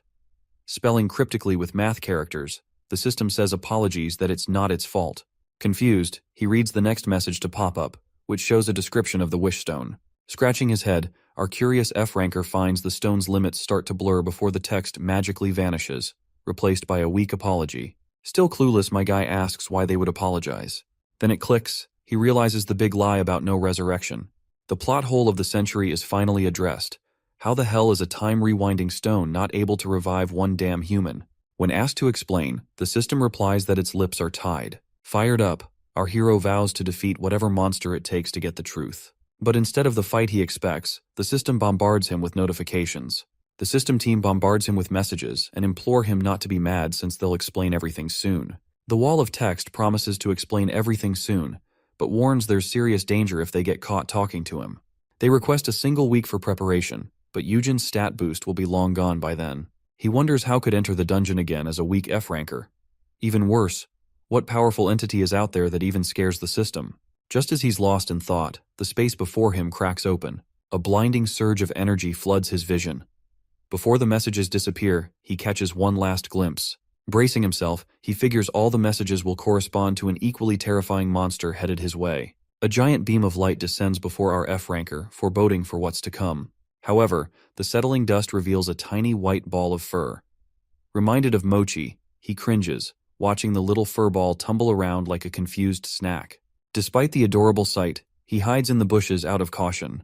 Upon analysis, corrupt data reveals that it is an F-class baby monster. While my guy debates whether to slaughter the little Mochi, it tries to swallow a poisonous magic crystal. He dives in like a hero and saves the adorable thing, only to realize he's potentially holding death in his hands. But soon, his heart melts seeing the fluffy thing cry. As he plans to feed the mochi magic crystals which it loves, he is ambushed by a raging monkey. Soon, he's surrounded by an entire swarm of monkeys. Telling the tiny fluff ball to hang tight, he sets out to farm some magic crystals for it. After a short fight, our guy finally slays the boss and clears the dungeon. On the way, the tiny mochi apparently gobbled up every magic crystal that dropped. Wondering if it can eat the boss crystal twice its size, my guy watches the voracious little chick latch for its life. He plucks it off until he crushes it down to a manageable size. Suddenly, the system congratulates our boy with a flashy S-rank title, Miracle Rookie. Turns out, soloing the dungeon as an F-ranker earned him an insane bonus, double drops for life. His excitement skyrockets, but just as quickly he's crushed by the realization that his stat boost will disappear soon, making him unable to enter the good dungeons. Plopping the tiny mochi on its back, he wonders if he can score similar titles by soloing E and D rank dungeons. So while he resolves not to waste his stat boost, the mochi now named Peepo is done and dusted with his crystals. Now back at the dorm, peace-devouring Peepo gives him a big shock. Stuck in a conundrum, he regrets his idiocy in bringing a bird into a cat's cage. He contemplates if it was smart to bring the cute yet mysterious little monster home. While his monstrous kitty pounds the door, Yoo-hyun shows up, catching his brother in a weird squat outside his own room. Startled, our hero accidentally tosses Peepo, which immediately triggers his little bro's instincts. When his brother asks if it's a chick, Yoojin outright admits that it's a monster.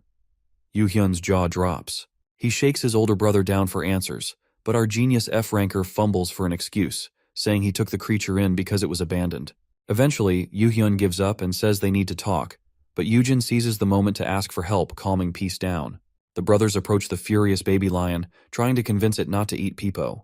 With no progress, Yoo-hyun gets down to business. He mentions that he wanted to discuss the recent kidnapping incident, assuming Yoojin's trauma has passed by now. Frustrated by Peace's constant interruptions, he casually picks up the fluffy kitty and hurls it like a baseball across the room. Yoojin is appalled, watching his little bro dusts off his hands and return to their conversation like nothing happened. That's when our guy snaps. Extremely disturbed, he questions why his brother tossed his cute buddy. He tries to explain to Yoo-hyun that what he did was wrong, but his brother innocently claims there's no harm done. He points out that the C-rank cub has high stats and is perfectly fine. Yet Yoojin keeps up the lecture, leaving his brother looking confused. His little brother suggests he calm down, but our furious F-ranker tells him to mark his words. He explains Peace's value to him, using So-young from the Jupiter Guild as an example. The lady said she takes care of her partner like her own baby, and even though their guildmaster gave Peace a gift, the beast's actual owner is throwing it around like a basketball. Yoo-hyun claims that he undoubtedly values Peace. Then he goes and makes it worse by calling Peace essential equipment for the guild. Yoojin starts scratching his head in frustration. He tells his nincompoop brother that this is exactly why Peace hates him. Yoo-hyun begins throwing out excuses, but Yoojin tries to drive home the real issue. His brother hasn't put in any effort to please Peace. Even Peepo the chick backs him up. Then, his clueless brother messes up again by replying that at least he pays for Peace's food. Sick of explaining, our Oni-chan asks if his brother even bothered to help, when he's raised Peace all by himself. In the end, the guildmaster looks down and apologizes, leaving our guy wondering if he actually means it. His memory flashes back to childhood, recalling how Yoo-hyun used to break tree branches without a care for rules or consequences. Calming down, he tells his brother to try giving Peace a hug now and then. Yoo-hyun, looking a bit confused, gladly goes in for a hug with his brother. But under Yoojin's guidance, he reluctantly settles for an air hug with the fluffy lion. Feeling satisfied, our hero sits back on the couch with a sigh, and the two enemies immediately move apart. Suddenly, Peace waves a paw and gazes up with those puppy eyes. Thinking Peace misunderstood the scolding and feels bad for Peepo, Yoojin tries to make the two beasts reconcile. He gently asks Peace not to bully its new sibling, but the mischievous kitten starts licking the fluff ball. Watching his gullible brother forgive the naughty little lion, Yoo-hyun is entertained by the whole scene. Considering the risks, our boy decides to give them separate rooms. His little brother reminds him about getting a checkup, but Yoojin cuts him off, asking if he's free next week. He suggests they go dungeon hunting together so he can analyze his little bro's skills and improve coordination with Peace. So Yoo-hyun quietly agrees. Observing his carefree brother, he ponders over what his brother is obviously hiding. Together they tackle two dungeons, an E-class cave and a D-class lake dungeon. As expected, the system contacts him each time he enters. As a bonus, clearing the dungeons as an F-ranker grants him overpowered S-class passives. But this irritates our hero, who has no attack skills to benefit from the 2x multiplier. Still, his complaints pay off after the second dungeon. Our hero gains an S-class stealth status, making him nearly invisible to stalkers. And his new meme skill isn't useless either. It lets him share an S-class status effect when he's in contact with a friend. Back in his room, he mulls over how to make the most of the attack and sharing status. While Peace is happily munching down its food, Peepo leaps in an attempt to snatch the magic crystal jar from its master. Apparently, due to the unique circumstances that birthed the little white furball, it's turned into a true anomaly. None of the tamers have been able to tame it, and its growth conditions remain a mystery. So Yujin decides to keep using his keyword, which seems to have some effect. He then watches as Peepo climbs onto Peace's head, creating a picture-perfect moment. Loving the furball's adorable antics, the master tamer decides to make this photo his profile pic. As expected, it's an instant hit with followers flooding in. But the magical moment gets interrupted by Yoon Yoon, who asks his boss out for a night. Noticing the fluff ball recently gone viral, he feeds it a A-rank magic crystal massive for its size. Peepo's dad starts panicking, scolding the gluttonous chick not to swallow everything that enters its mouth. Unbeknownst to him, his scolding brings memories of a long-lost granny to the Dokaibi's mind, all thanks to the skill's side effects.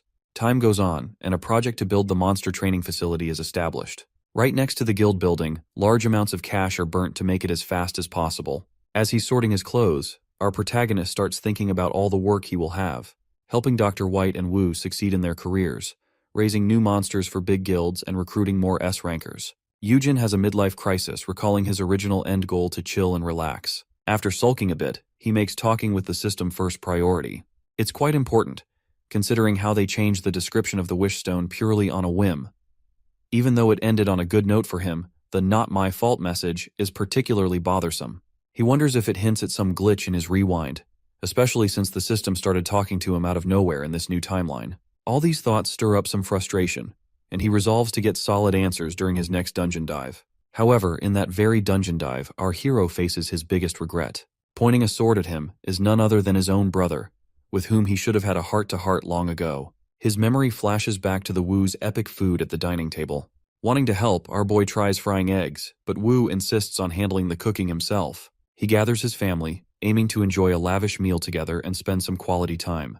Yerim and our big brother kick things off by praising the food, but Yu Hyun, ever the contrarian, decides he'll only eat the eggs he cooked, throwing off the warm vibes. Trying to instill some manners, Yujin scolds his brother to be a bit more polite, though Wu brushes it off, saying they don't need to be forced friends, especially since he's planning on leaving the guild soon. Surprised, Yu Hyun asks if the chef blacksmith is leaving with Yujin. This reminds our boy of the funny scene seeing director Seok beg Wu, who politely refused him, to follow in his buddy's steps. Lighting up, Yerim is delighted to know that his new building now has the best tamer and blacksmith in town. Seeing his brother's eagerness to leave, Yu Hyun starts sulking. It's kinda impressive how long it took for him to realize his loss. To show how being kind works in their favor, our guy tries to lighten the mood by offering Wu his own penthouse. Still, Wu politely declines, saying he'd rather be there to craft equipment for our boy any time. After a bit of playful banter, he checks if Yu Hyun has picked up on anything. But the guildmaster quietly sips his water, with sheer negativity oozing from him. Later, while washing the dishes with Yerim, Yujin jokes that he couldn't even digest the food with his brother's weird attitude. He understands him being upset with Wu, but even hearing the good news of his brother's great success didn't cheer him up. Suddenly, he realizes it's all about jealousy. Yerim suggests it could be related to Yujin gaining independence. He doesn't see a problem with that, being the elder brother after all. Yerim, though, almost lets slip Yu Hyun's suspicions about Big Bro's secrecy, before backtracking and pretending he's just worried about a security issue. This stings Big Bro, especially regarding his stats, so Yerim tries to reassure him. Then, he flashes back to mistake number 2, not recognizing something was off in his brother's attitude. Even though he gifted his little brother flowers, Yu Hyun's reaction was colder than expected. He just passed them off to his secretary to keep. My guy hoped the surprise bouquet might brighten his brother's day. Completely ignorant to what's wrong, he glances to see his perturbed little brother driving quietly. In this tense atmosphere, he contemplates finally having an honest chat. Yet things take a turn inside the dungeon. While our protagonist is busy talking to his tamed beast, Yu Hyun is on high alert. Suddenly, a group of white ape monsters ambush them. Peace, once a cute kitten, now transforms into a fierce beast, charging in with energy. While our tamer is impressed, his brother brushes it off as basic animal instinct, explaining that it's their innate desire to hunt each other. Tamers, he adds. Simply let the monsters handle the threats while they relax on the front lines. Taking this in stride, my guy thinks it's perfect for leveling up his companion. But in his driest tone, Yu-hyun reminds him their goal is to level up the F-rank master, not his pet. Annoyed, our hero wonders how long his brother's weirdness will last. Anyways, they delve deeper into the forest. A monster attacks Yujin from above, so he taunts it to attack him. That is, before his little brother catches it midair and swiftly finishes it off. Each time Yujin encounters a monster, his brother eliminates it faster than he can respond. So when Yu-hyun's blue feather skill hits him in the face, Yujin finally snaps. He questions why his brother keeps interrupting his training, only to be lectured that it's too dangerous for him. At the end of his patience, he confronts his brother, asking if something's bothering him. But Yu-hyun continues his killing spree, replying that it's pointless to talk to someone who's dishonest. This hits a nerve in our protagonist, who counters that his little brother never opens up to him either. He recalls Moon Hyuna and director Seok's attitudes when they exposed Yu-hyun's past misdeeds. He complains that his brother always keeps him in the dark about serious matters. Suddenly, Yu-hyun gives our hero a scare as he strikes down the monster just behind him. The guildmaster continues that he wished to protect his brother while he built his team, but then confesses that Yujin's faction grew too big. Admitting his jealousy, Yu-hyun reveals his struggle to accept his brother's success. Hearing this, our caretaker can't believe his little bro would feel that way. He assures the little guildmaster that he no longer needs to be babied. Yujin claims that he has enough protection and influence already. Irritated, Yu-hyun scoffs that it's not the issue. When asked what the real problem is, the little brother vents out his frustration with a fiery blast. Finally giving in, the S-ranker requests his elder brother just stay put. He pleads with him not to do anything or go anywhere, leaving it all to him. With a serious look, he begs Yujin never to set foot in a dungeon again. Recalling his brother asking for the same thing in the past, Yujin asks his elf his little brother can't share something with him. Suddenly, a system panel appears and invites him to talk. Catching the brothers off guard, a horrified Yujin vanishes right before his brother's eyes. Watching him reach out for his dear bro, his soul shatters from pain. At the absolute worst time, Yu-hyun is left alone, unaware where his brother could have gone. Meanwhile, our protagonist is swept up in a whirlwind of dungeon energy. Suspended midair, the F-ranker is greeted by a smiley emoji, calling him its dear honey. Suddenly, multiple avatars show up as emojis. Completely lost, our protagonist hesitantly asks if they are the ones behind the system. So the delighted smiley emojis express their understanding and welcome him, calling him honey once again. Feeling a bit strange, he requests they call him by his name. But before he can say it, a giant hand emoji shushes him, warning that names are off limits. The teardrop emoji jumps in, explaining that sharing too much information could sever their connection. They whisper that names hold heavy info that will put a target on everyone, in the eye of a certain they. Of course, Yujin's next question is about this them entity, but the cute emojis collectively insist that they can never be mentioned. Anyway, the system team apologizes for lying to him about the wish stone, but our hero replies that all it worked out quite well for him and his friends. Satisfied, the red smiley moves the conversation forward. Worried about his previous timeline, our boy asks about its fate and if anything bad happened. After a suspenseful pause, the team advises him in unison not to worry about that, revealing that time was only affected for him. Oof, I guess that means there's a world with a dead Yu-hyun. Regardless, the team offers a metaphor, describing the world as a forest with many trees, one of which is Yujin. They illustrate with magical crystals that time only rewound for Yujin's tree, his world. Thus, everything unrelated to him, like dungeons, their difficulty, and the people's lives all remain unchanged. However, they caution him that the dungeons will only get tougher from here. The team assures him they're working hard to counteract this, but the efforts from them are relentless. Materializing his S-Class album, they urge that this is why their honey must take action. They ask him to influence as many S-rankers he can, practically rendering him the Earth's hero. When he asks about the strange yearbook-like album, the team explains it's to make things feel familiar, like status windows and game mechanics inspired by Zelda and Street Fighter. They joke about almost creating an entire prophecy to match his hero theme. But then they reveal a plan to get rid of status windows. It makes sense. They're good for beginners, but people often limit themselves based on what they read there. They bring up Wu as an example, an F-ranker who shattered the idea of being doomed to a life of worthlessness. They hope more people like him will lead the way, proving that nothing is set in stone and anyone can change. This glimmer of hope sparks something in our guy. He grabs the red smiley and starts chastising it for giving him a lousy keyword. The confused smiley begs him to calm down, as he practically tries to take a bite out of it in his frustration. Facing a task to influence 50 S ranks, he jokes if they expect him to be some harem-dating sim hero, wooing every S-rank man and woman with constant declarations of love. The team, trying to avoid blame, clarifies that he can captivate monsters too. Then, the teardrop emoji chimes in, explaining that he already had the skill, they simply added a name and summary. But our Karen is not satisfied.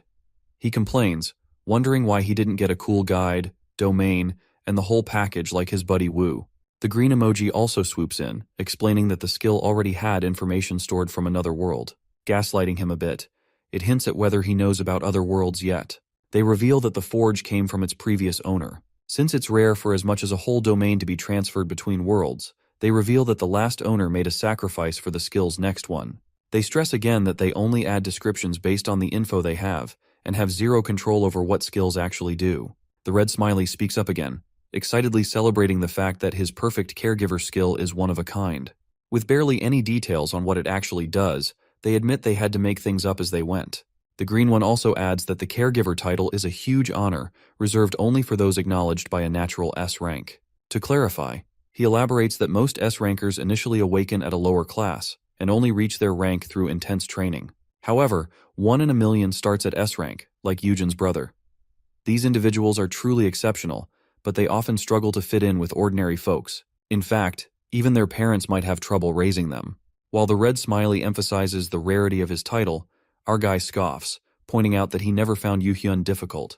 But then, the cheerful emoji turns serious, warning that caretakers often die young, sometimes in place of the S rankers they protect. Contrarily, the love of their own S rank might turn into enmity. Such is the fate of a caretaker. So the team cheers their honey on, praying for his safety on the perilous path. The Emoji Power Rangers unveil his primary mission. He has 5 years to assemble his Avengers, after which they'll take over. One by one, they begin disappearing after reaching the time limit. On his way out, they tell our hero that 30 minutes have passed. Though he's deeply worried about how to face Yuhyun, the system team warns him not to reveal everything about them. Seizing the last moments, he asks for leads on dungeon research. The emojis explain that while the research remains unchanged, he should be wary of dungeons from the future popping up. He starts to ask about monsters, but the emojis cut him off, assuring him that everything will be revealed in time, whether he likes it or not. With that, our hero spirals out of the dimension and awakens flat on the floor. Panic floods over him as he wonders how to calm his little brother down. Looking around, he's shocked to see nothing but chaos and destruction. His face twists as he realizes the once familiar forest dungeon is now a barren wasteland. His thoughts come to a screeching halt when a giant lion monster suddenly pounces on him from behind. His jaw drops at the sight of an obviously high-rank monster in the beginner dungeon. Barely evading its claws, he starts plotting an escape plan since it's way beyond his skill level. However, he is astonished to see the monster's status panel, revealing it is his cute little piece. Amazed to see his baby, he calls out to it. Before he can react, Yuhyun sweeps him off his feet and hoists him onto his shoulders. Dumbfounded, our hero asks about the forest, only to realize that his S-rank brother burned it all down. Despite his best efforts to calm Yuhyun down, he's met with irritation. Desperate, he even calls for peace to help, but the lion simply pouts. Frustrated by Eugen's rambling, Yuhyun snaps, warning that if his brother doesn't quiet down, he'll go berserk. After a while, our humble F-ranker stresses that he will spill everything, but Yuhyun has had enough. Throwing him on the ground, he points his sword right in his big brother's face. He opens up saying that he was willing to watch from afar, but his brother only stepped deeper in danger. He shares his last resort to fake his brother's death while blaming the boss monster, all because our hero is involved in too much crap to deal with. He believes that despite all the hate and conspiracy theories, he admits he'll even slice off a limb as evidence, just to keep Eugen safe. Our caretaker's memory flashes back to Red Smiley's warning that caretakers often die young due to their S-ranker's love turning into something darker. With a fierce glare, Yuhyun states his plan and asks his brother to endure the pain, promising to heal him up right after. Fortunately, at the last minute, our hero's earrings form a barrier, so he seizes the moment and makes a break for it. He realizes the only reason he escaped was because Yuhyun hesitated. Eugen warns his brother that if he does anything like that again, the big bro will never see him. Unfazed and filled with contempt, Yuhyun replies that it's not like Eugen was honest before either. Stuck between a rock and a hard place, our hero orders Peace to attack his brother as a last resort. His fierce pet bits deep into his brother's arm. But the S-ranker doesn't yield and incapacitates the pet with a bash of his sword's hilt. Seeing his baby abused, Eugen complains about his brother hurting others without remorse again. But Yuhyun pins his brother down and lifts his sword one more time. Fortunately, the blade strikes the ground inches from Eugen's head. Yuhyun's voice softens as he recalls how he used to overlook all the strange things Eugen did, just to keep up their good times. But now, He demands to know if his bro ever told him the truth. Like, did he really get the taming skill at level 10? Because he's not dumb enough to raise a monster on a whim, fully aware of the massive financial burden. He adds the strange willingness to help Wu and the others as well. The little guildmaster stresses that all of the things back on Earth are bearable. But every time Yujin enters a dungeon, something terrible happens, breaking his heart. He frowns, recalling his helplessness when his brother disappeared. On the verge of tears, he asks how he's supposed to endure such pain. Hearing his brother open up, the two have a moment. But Yu-hyun instantly retraces back to faking his death. Deciding to pass on a limb, he suggests only cutting off some flesh. My guy begs him to chill out for a second. But his brother is dead set on getting evidence, insisting he will heal his dear brother immediately after. In his final moments, Yujin howls at the system, asking what's taking so long. Suddenly, the brothers are separated by a status window. Astonished by the shimmering summon, Yu-hyun asks what happened. So our boy swiftly crawls to safety and cries that this is what he wanted to explain. He starts unveiling everything about peace, his S-rank skills, and the dungeon trips. His brother silently listens in raw confusion. Our hero explains that he's done everything for the system. He wanted to secretly figure out how it works. Worried, Yu-hyun gets smacked for asking why they would make his F-rank brother do such dangerous things. Ironically, the punch to an S-class forehead deals with self-damage. Regardless, our big brother promises that he isn't hiding everything due to a lack of trust. In fact, he trusts his brother most of all. Seeing Yu-hyun calm down, he treats peace with a potion. He then continues that the guildmaster's security measures weren't faulty. He simply used his stealth skills to slip past them. He goes on to reveal a few more of his skills, earning a wry smile from his brother at the odd mix. However, on the system's recommendation, he conceals his two strongest skills. Cuddling with his grown-up fluffy lion, he offers to answer his dear little bro's questions any time. Yujin admits to his secrecy and calls his brother's concerns valid, but he also forbids Yu-hyun from worrying like a helicopter mom. He gives him permission to interfere whenever, as long as it doesn't involve putting him in solitary confinement. Deeply apologetic, the little brother apologizes for being the one to break their bro code. Ultimately, our protagonist learns that he should spend more time with his brother. With that, the two share a heartwarming hug. Meanwhile, an annoyed Peace gets mushed between the two brothers, getting all affectionate and ignoring him. Peace suddenly shrinks back into its adorable baby form. Using his Sherlock-level deduction skills, Yu-hyun quickly concludes that the little guy must be doing this on purpose, just to be more huggable. Held tightly in Yujin's arms, the cute critter rewards him with the world's best cuddle. Meanwhile, it seems that someone is observing the brothers through a screen. The system team watches, as their honey forces his brother to apologize for hurting Peace again. The young lady wonders if the S-rank brother is too dangerous, but a tall woman points out that no one could be a better protector, given how dearly his brother clings to our caretaker.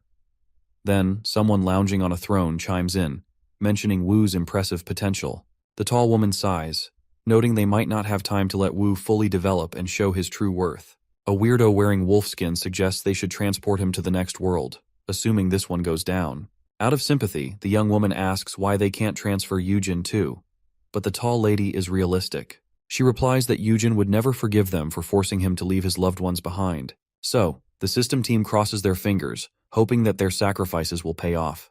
The tall lady then brings out a bottle of strange champagne bottle. Pouring some for the young woman, she suggests they change up Honey's room. The team of eccentrics toasts while they wait to see how this world's fate unfolds.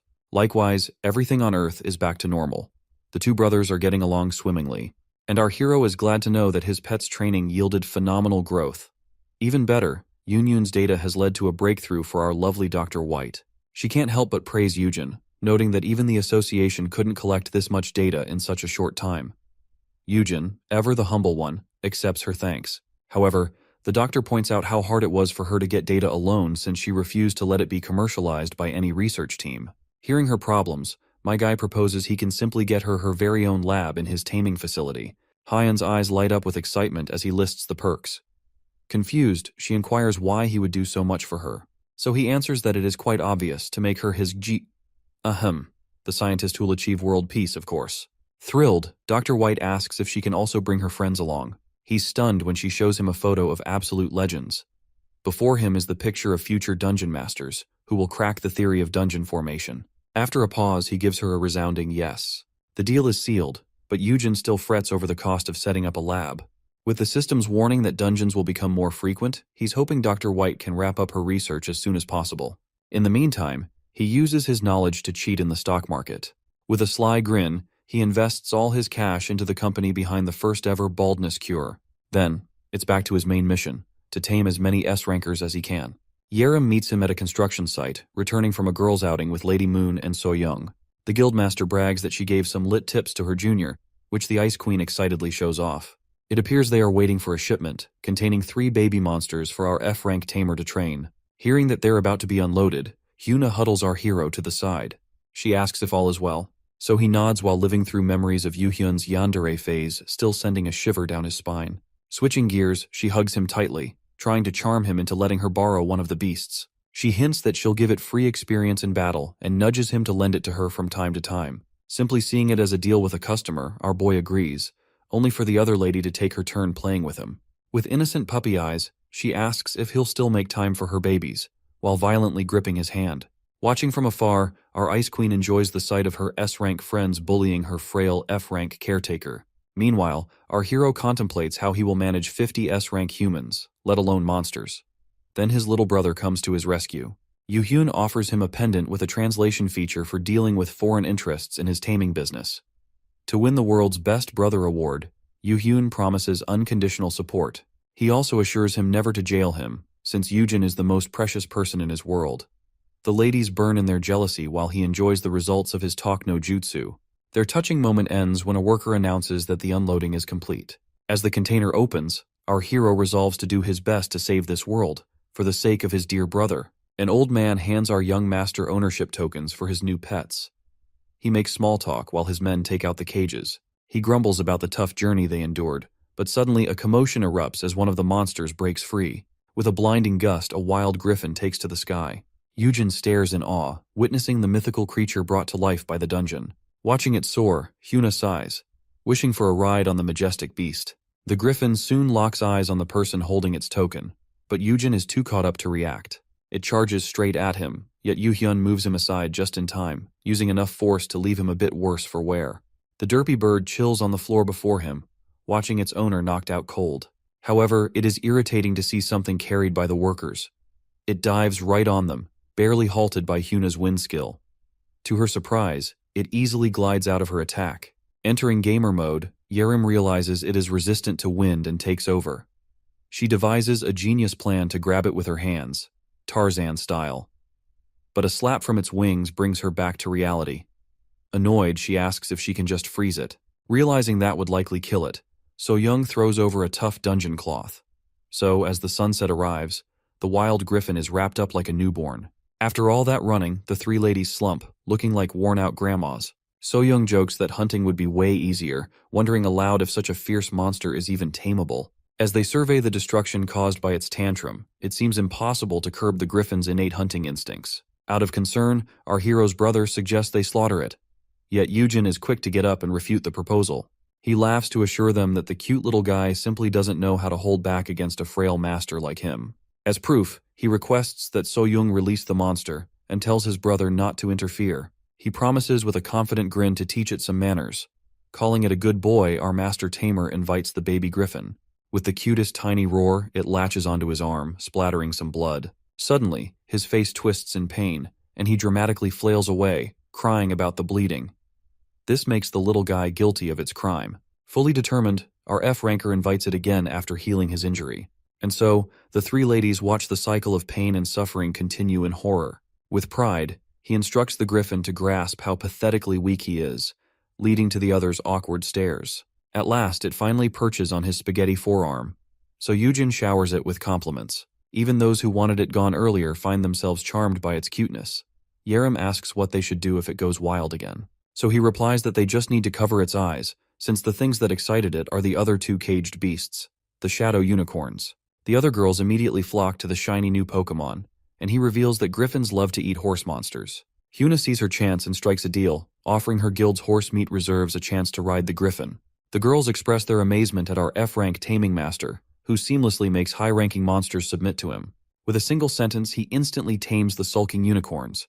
Approving his skills, Hyuna's faith in Yoojin solidifies. Meanwhile, he wonders what to name the baby horses. When he proposes Creamy and Sooty, Yerim cringes at his trash naming sense. Of course, Yoo-hyun worships his brother's choice as always. Elsewhere in a dimly lit ravaged building, a punk interrogates some guy. The guy getting choked pleads with her that they only failed because the target tore their blinding contract. But the woman with gaudy earrings is dissatisfied. When told that even the guildmaster didn't survive the incident at the bay, the earring lady acts surprised, before mercilessly crushing his throat. Finding her raid unfruitful, she happens to step on a bloody pile of documents. The woman then picks up a picture of our hero with her dragon claws, locking her eyes on the victim as her next target. In the meantime, our hero has already gotten comfortable with his pets, even renaming them to Pearly and Ebony, since Yareem kept nagging him like a cranky wife. However, the real troublemaker was indeed Blue, the blue-eyed griffin. The beast with the most unoriginal name makes our boy clean up after it like a maid 24/7. But with a fierce look from his senior, the adorable yet terrifying fluffy lion sets the bird brain straight. Eugen can't help but feel grateful that Peace is maintaining order, recalling how it declared its top beast status from day one. After a while, the creatures settle down for a nap, giving him a chance to rest. Exhausted, Eugen flops onto his bed, grumbling over how he's supposed to manage 50 pets. He starts tallying the 5 beasts he's already looking after when suddenly, the system notifies him of the arrival of the cursed dragon, Dio Balkesis. With a hazy mind, he shrugs it off. Suddenly it hits him when his Dragon Slayer titles activate. He checks his phone for any news on dungeon breaks. Out of nowhere, a stranger descends from a portal above him and snatches his phone. The lady straight out of JoJo starts blabbing in French. It takes Eugen a moment to activate his translation necklace. He starts piecing her words together, still confused if she's the dragon. Taking a closer look, he discovers that Miss French, Rita, is a natural-born S-ranker. Unluckily, she locks eyes with him. The woman smashes his head into the bed, having figured he's probably analyzing her stats. Our hero marks the second time when an S-ranker saw right through him, knowing she can end his life if he doesn't play his cards right.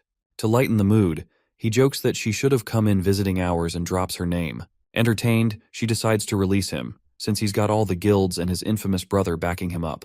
She reveals that her plan was to break in silently and leave once she gets what she wants. Bonking him with her finger, she declares he's no ordinary guy. Terrified, Eugen regrets his incoming death right when things were finally looking upwards. After an awkward pause, Rieta asks him if he didn't feel anything. Before he can answer, she tears open his shirt and gives him a thorough pat-down from head to toe, hoping to find a curse resistance item. Finding nothing, the cheeky S-ranker deduces that her target was concealing a curse resistance skill and must be the one who tore her contract. Seeing that he's oblivious, Rieta shares her successful business venture. She discloses that she's the one who's been selling untraceable contracts, which blinds the one who breaks the terms. Closely staring at him, she says that he's very sus, but my guy feigns innocence. This gives the sadistic lady an idea. Rita grabs him by the wrist and forcibly makes him tear apart one of her contracts. Luckily, his poison and curse resistance instantly nullifies the blinding effect. Suddenly, he's left alone panicking in bed, while Riette suddenly prepares to leave after feeding her curiosity. Sweating bullets, our guy stares at the woman who could have blinded him without a second thought if not for his resistances. Catching his baby-faced expression, Riette lets out a laugh, clarifying that she had no intention of hurting him, and simply wanted to find out why her contract failed. She explains that she thought her ability, acquired from a dungeon boss that vanished, might be defective. Intrigued, Eugen asks what she means by a vanishing dungeon. So she casually reveals that the dungeon disappeared right after she cleared it. As he falls into deep thought, she watches him closely, wondering if he has any idea about it. Memories of the system team's warning about future dungeons leaking into the present flash through his mind. Eugen realizes that his time rewind has led to this S-ranker gaining a power she was never meant to have. He recalls from his past knowledge that the dungeon boss she's describing could only be the cursed dragon Dio Balkesis.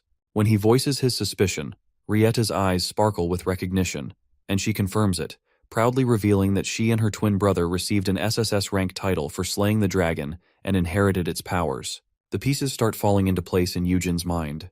It's no wonder the system warned him of a dragon since Rita herself is a half-dragon.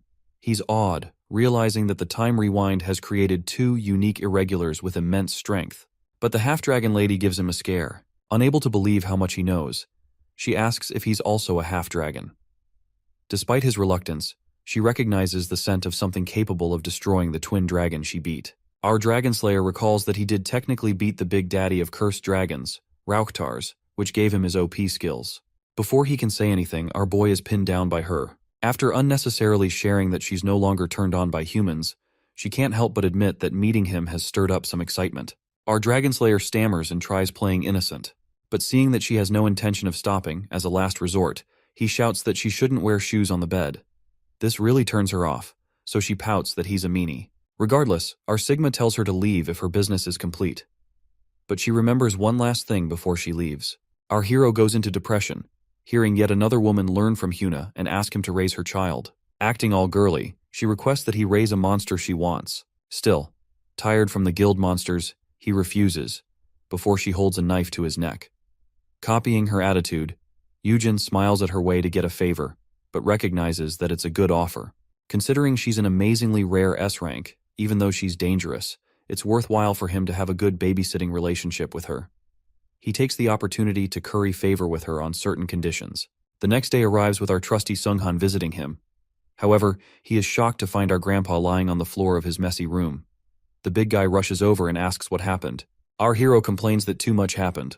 In the end, his work relationship with the half-dragon lady started, including sliding into her DMs, only for undercover communication, of course. Despite remembering all the annoying things she did, he thanks God for not dying. While Sunghan takes care of him like his grandpa, he's happy that he is alone. Woo or Yu Hyun would have had trouble against her poisons and curses. In his hangover, he regrets not influencing her, especially since it would work double on a half-dragon like her. Thinking he should have just said I love you, he immediately discards the idea since she's too unpredictable. Interrupting his long monologue, Sunghan calls out to ask if he's all right. Our boy is caught off guard to see that his macho maid has made the place sparkling clean. The ideal husband then grabs his hand and offers to help anytime he's tired of training his monsters. So glad to have a grandson like him, our grandpa has a wholesome moment with Sunghan and decides to focus on those around him before dealing with the dragon lady. At that moment, a notification reveals that Sunghan is ready to be promoted to S rank. Yujin mushes his cheeks in excitement and begins reading the conditions he must fulfill. Later that day, he informs his little brother of the good news, but shares that the conditions are quite a mess.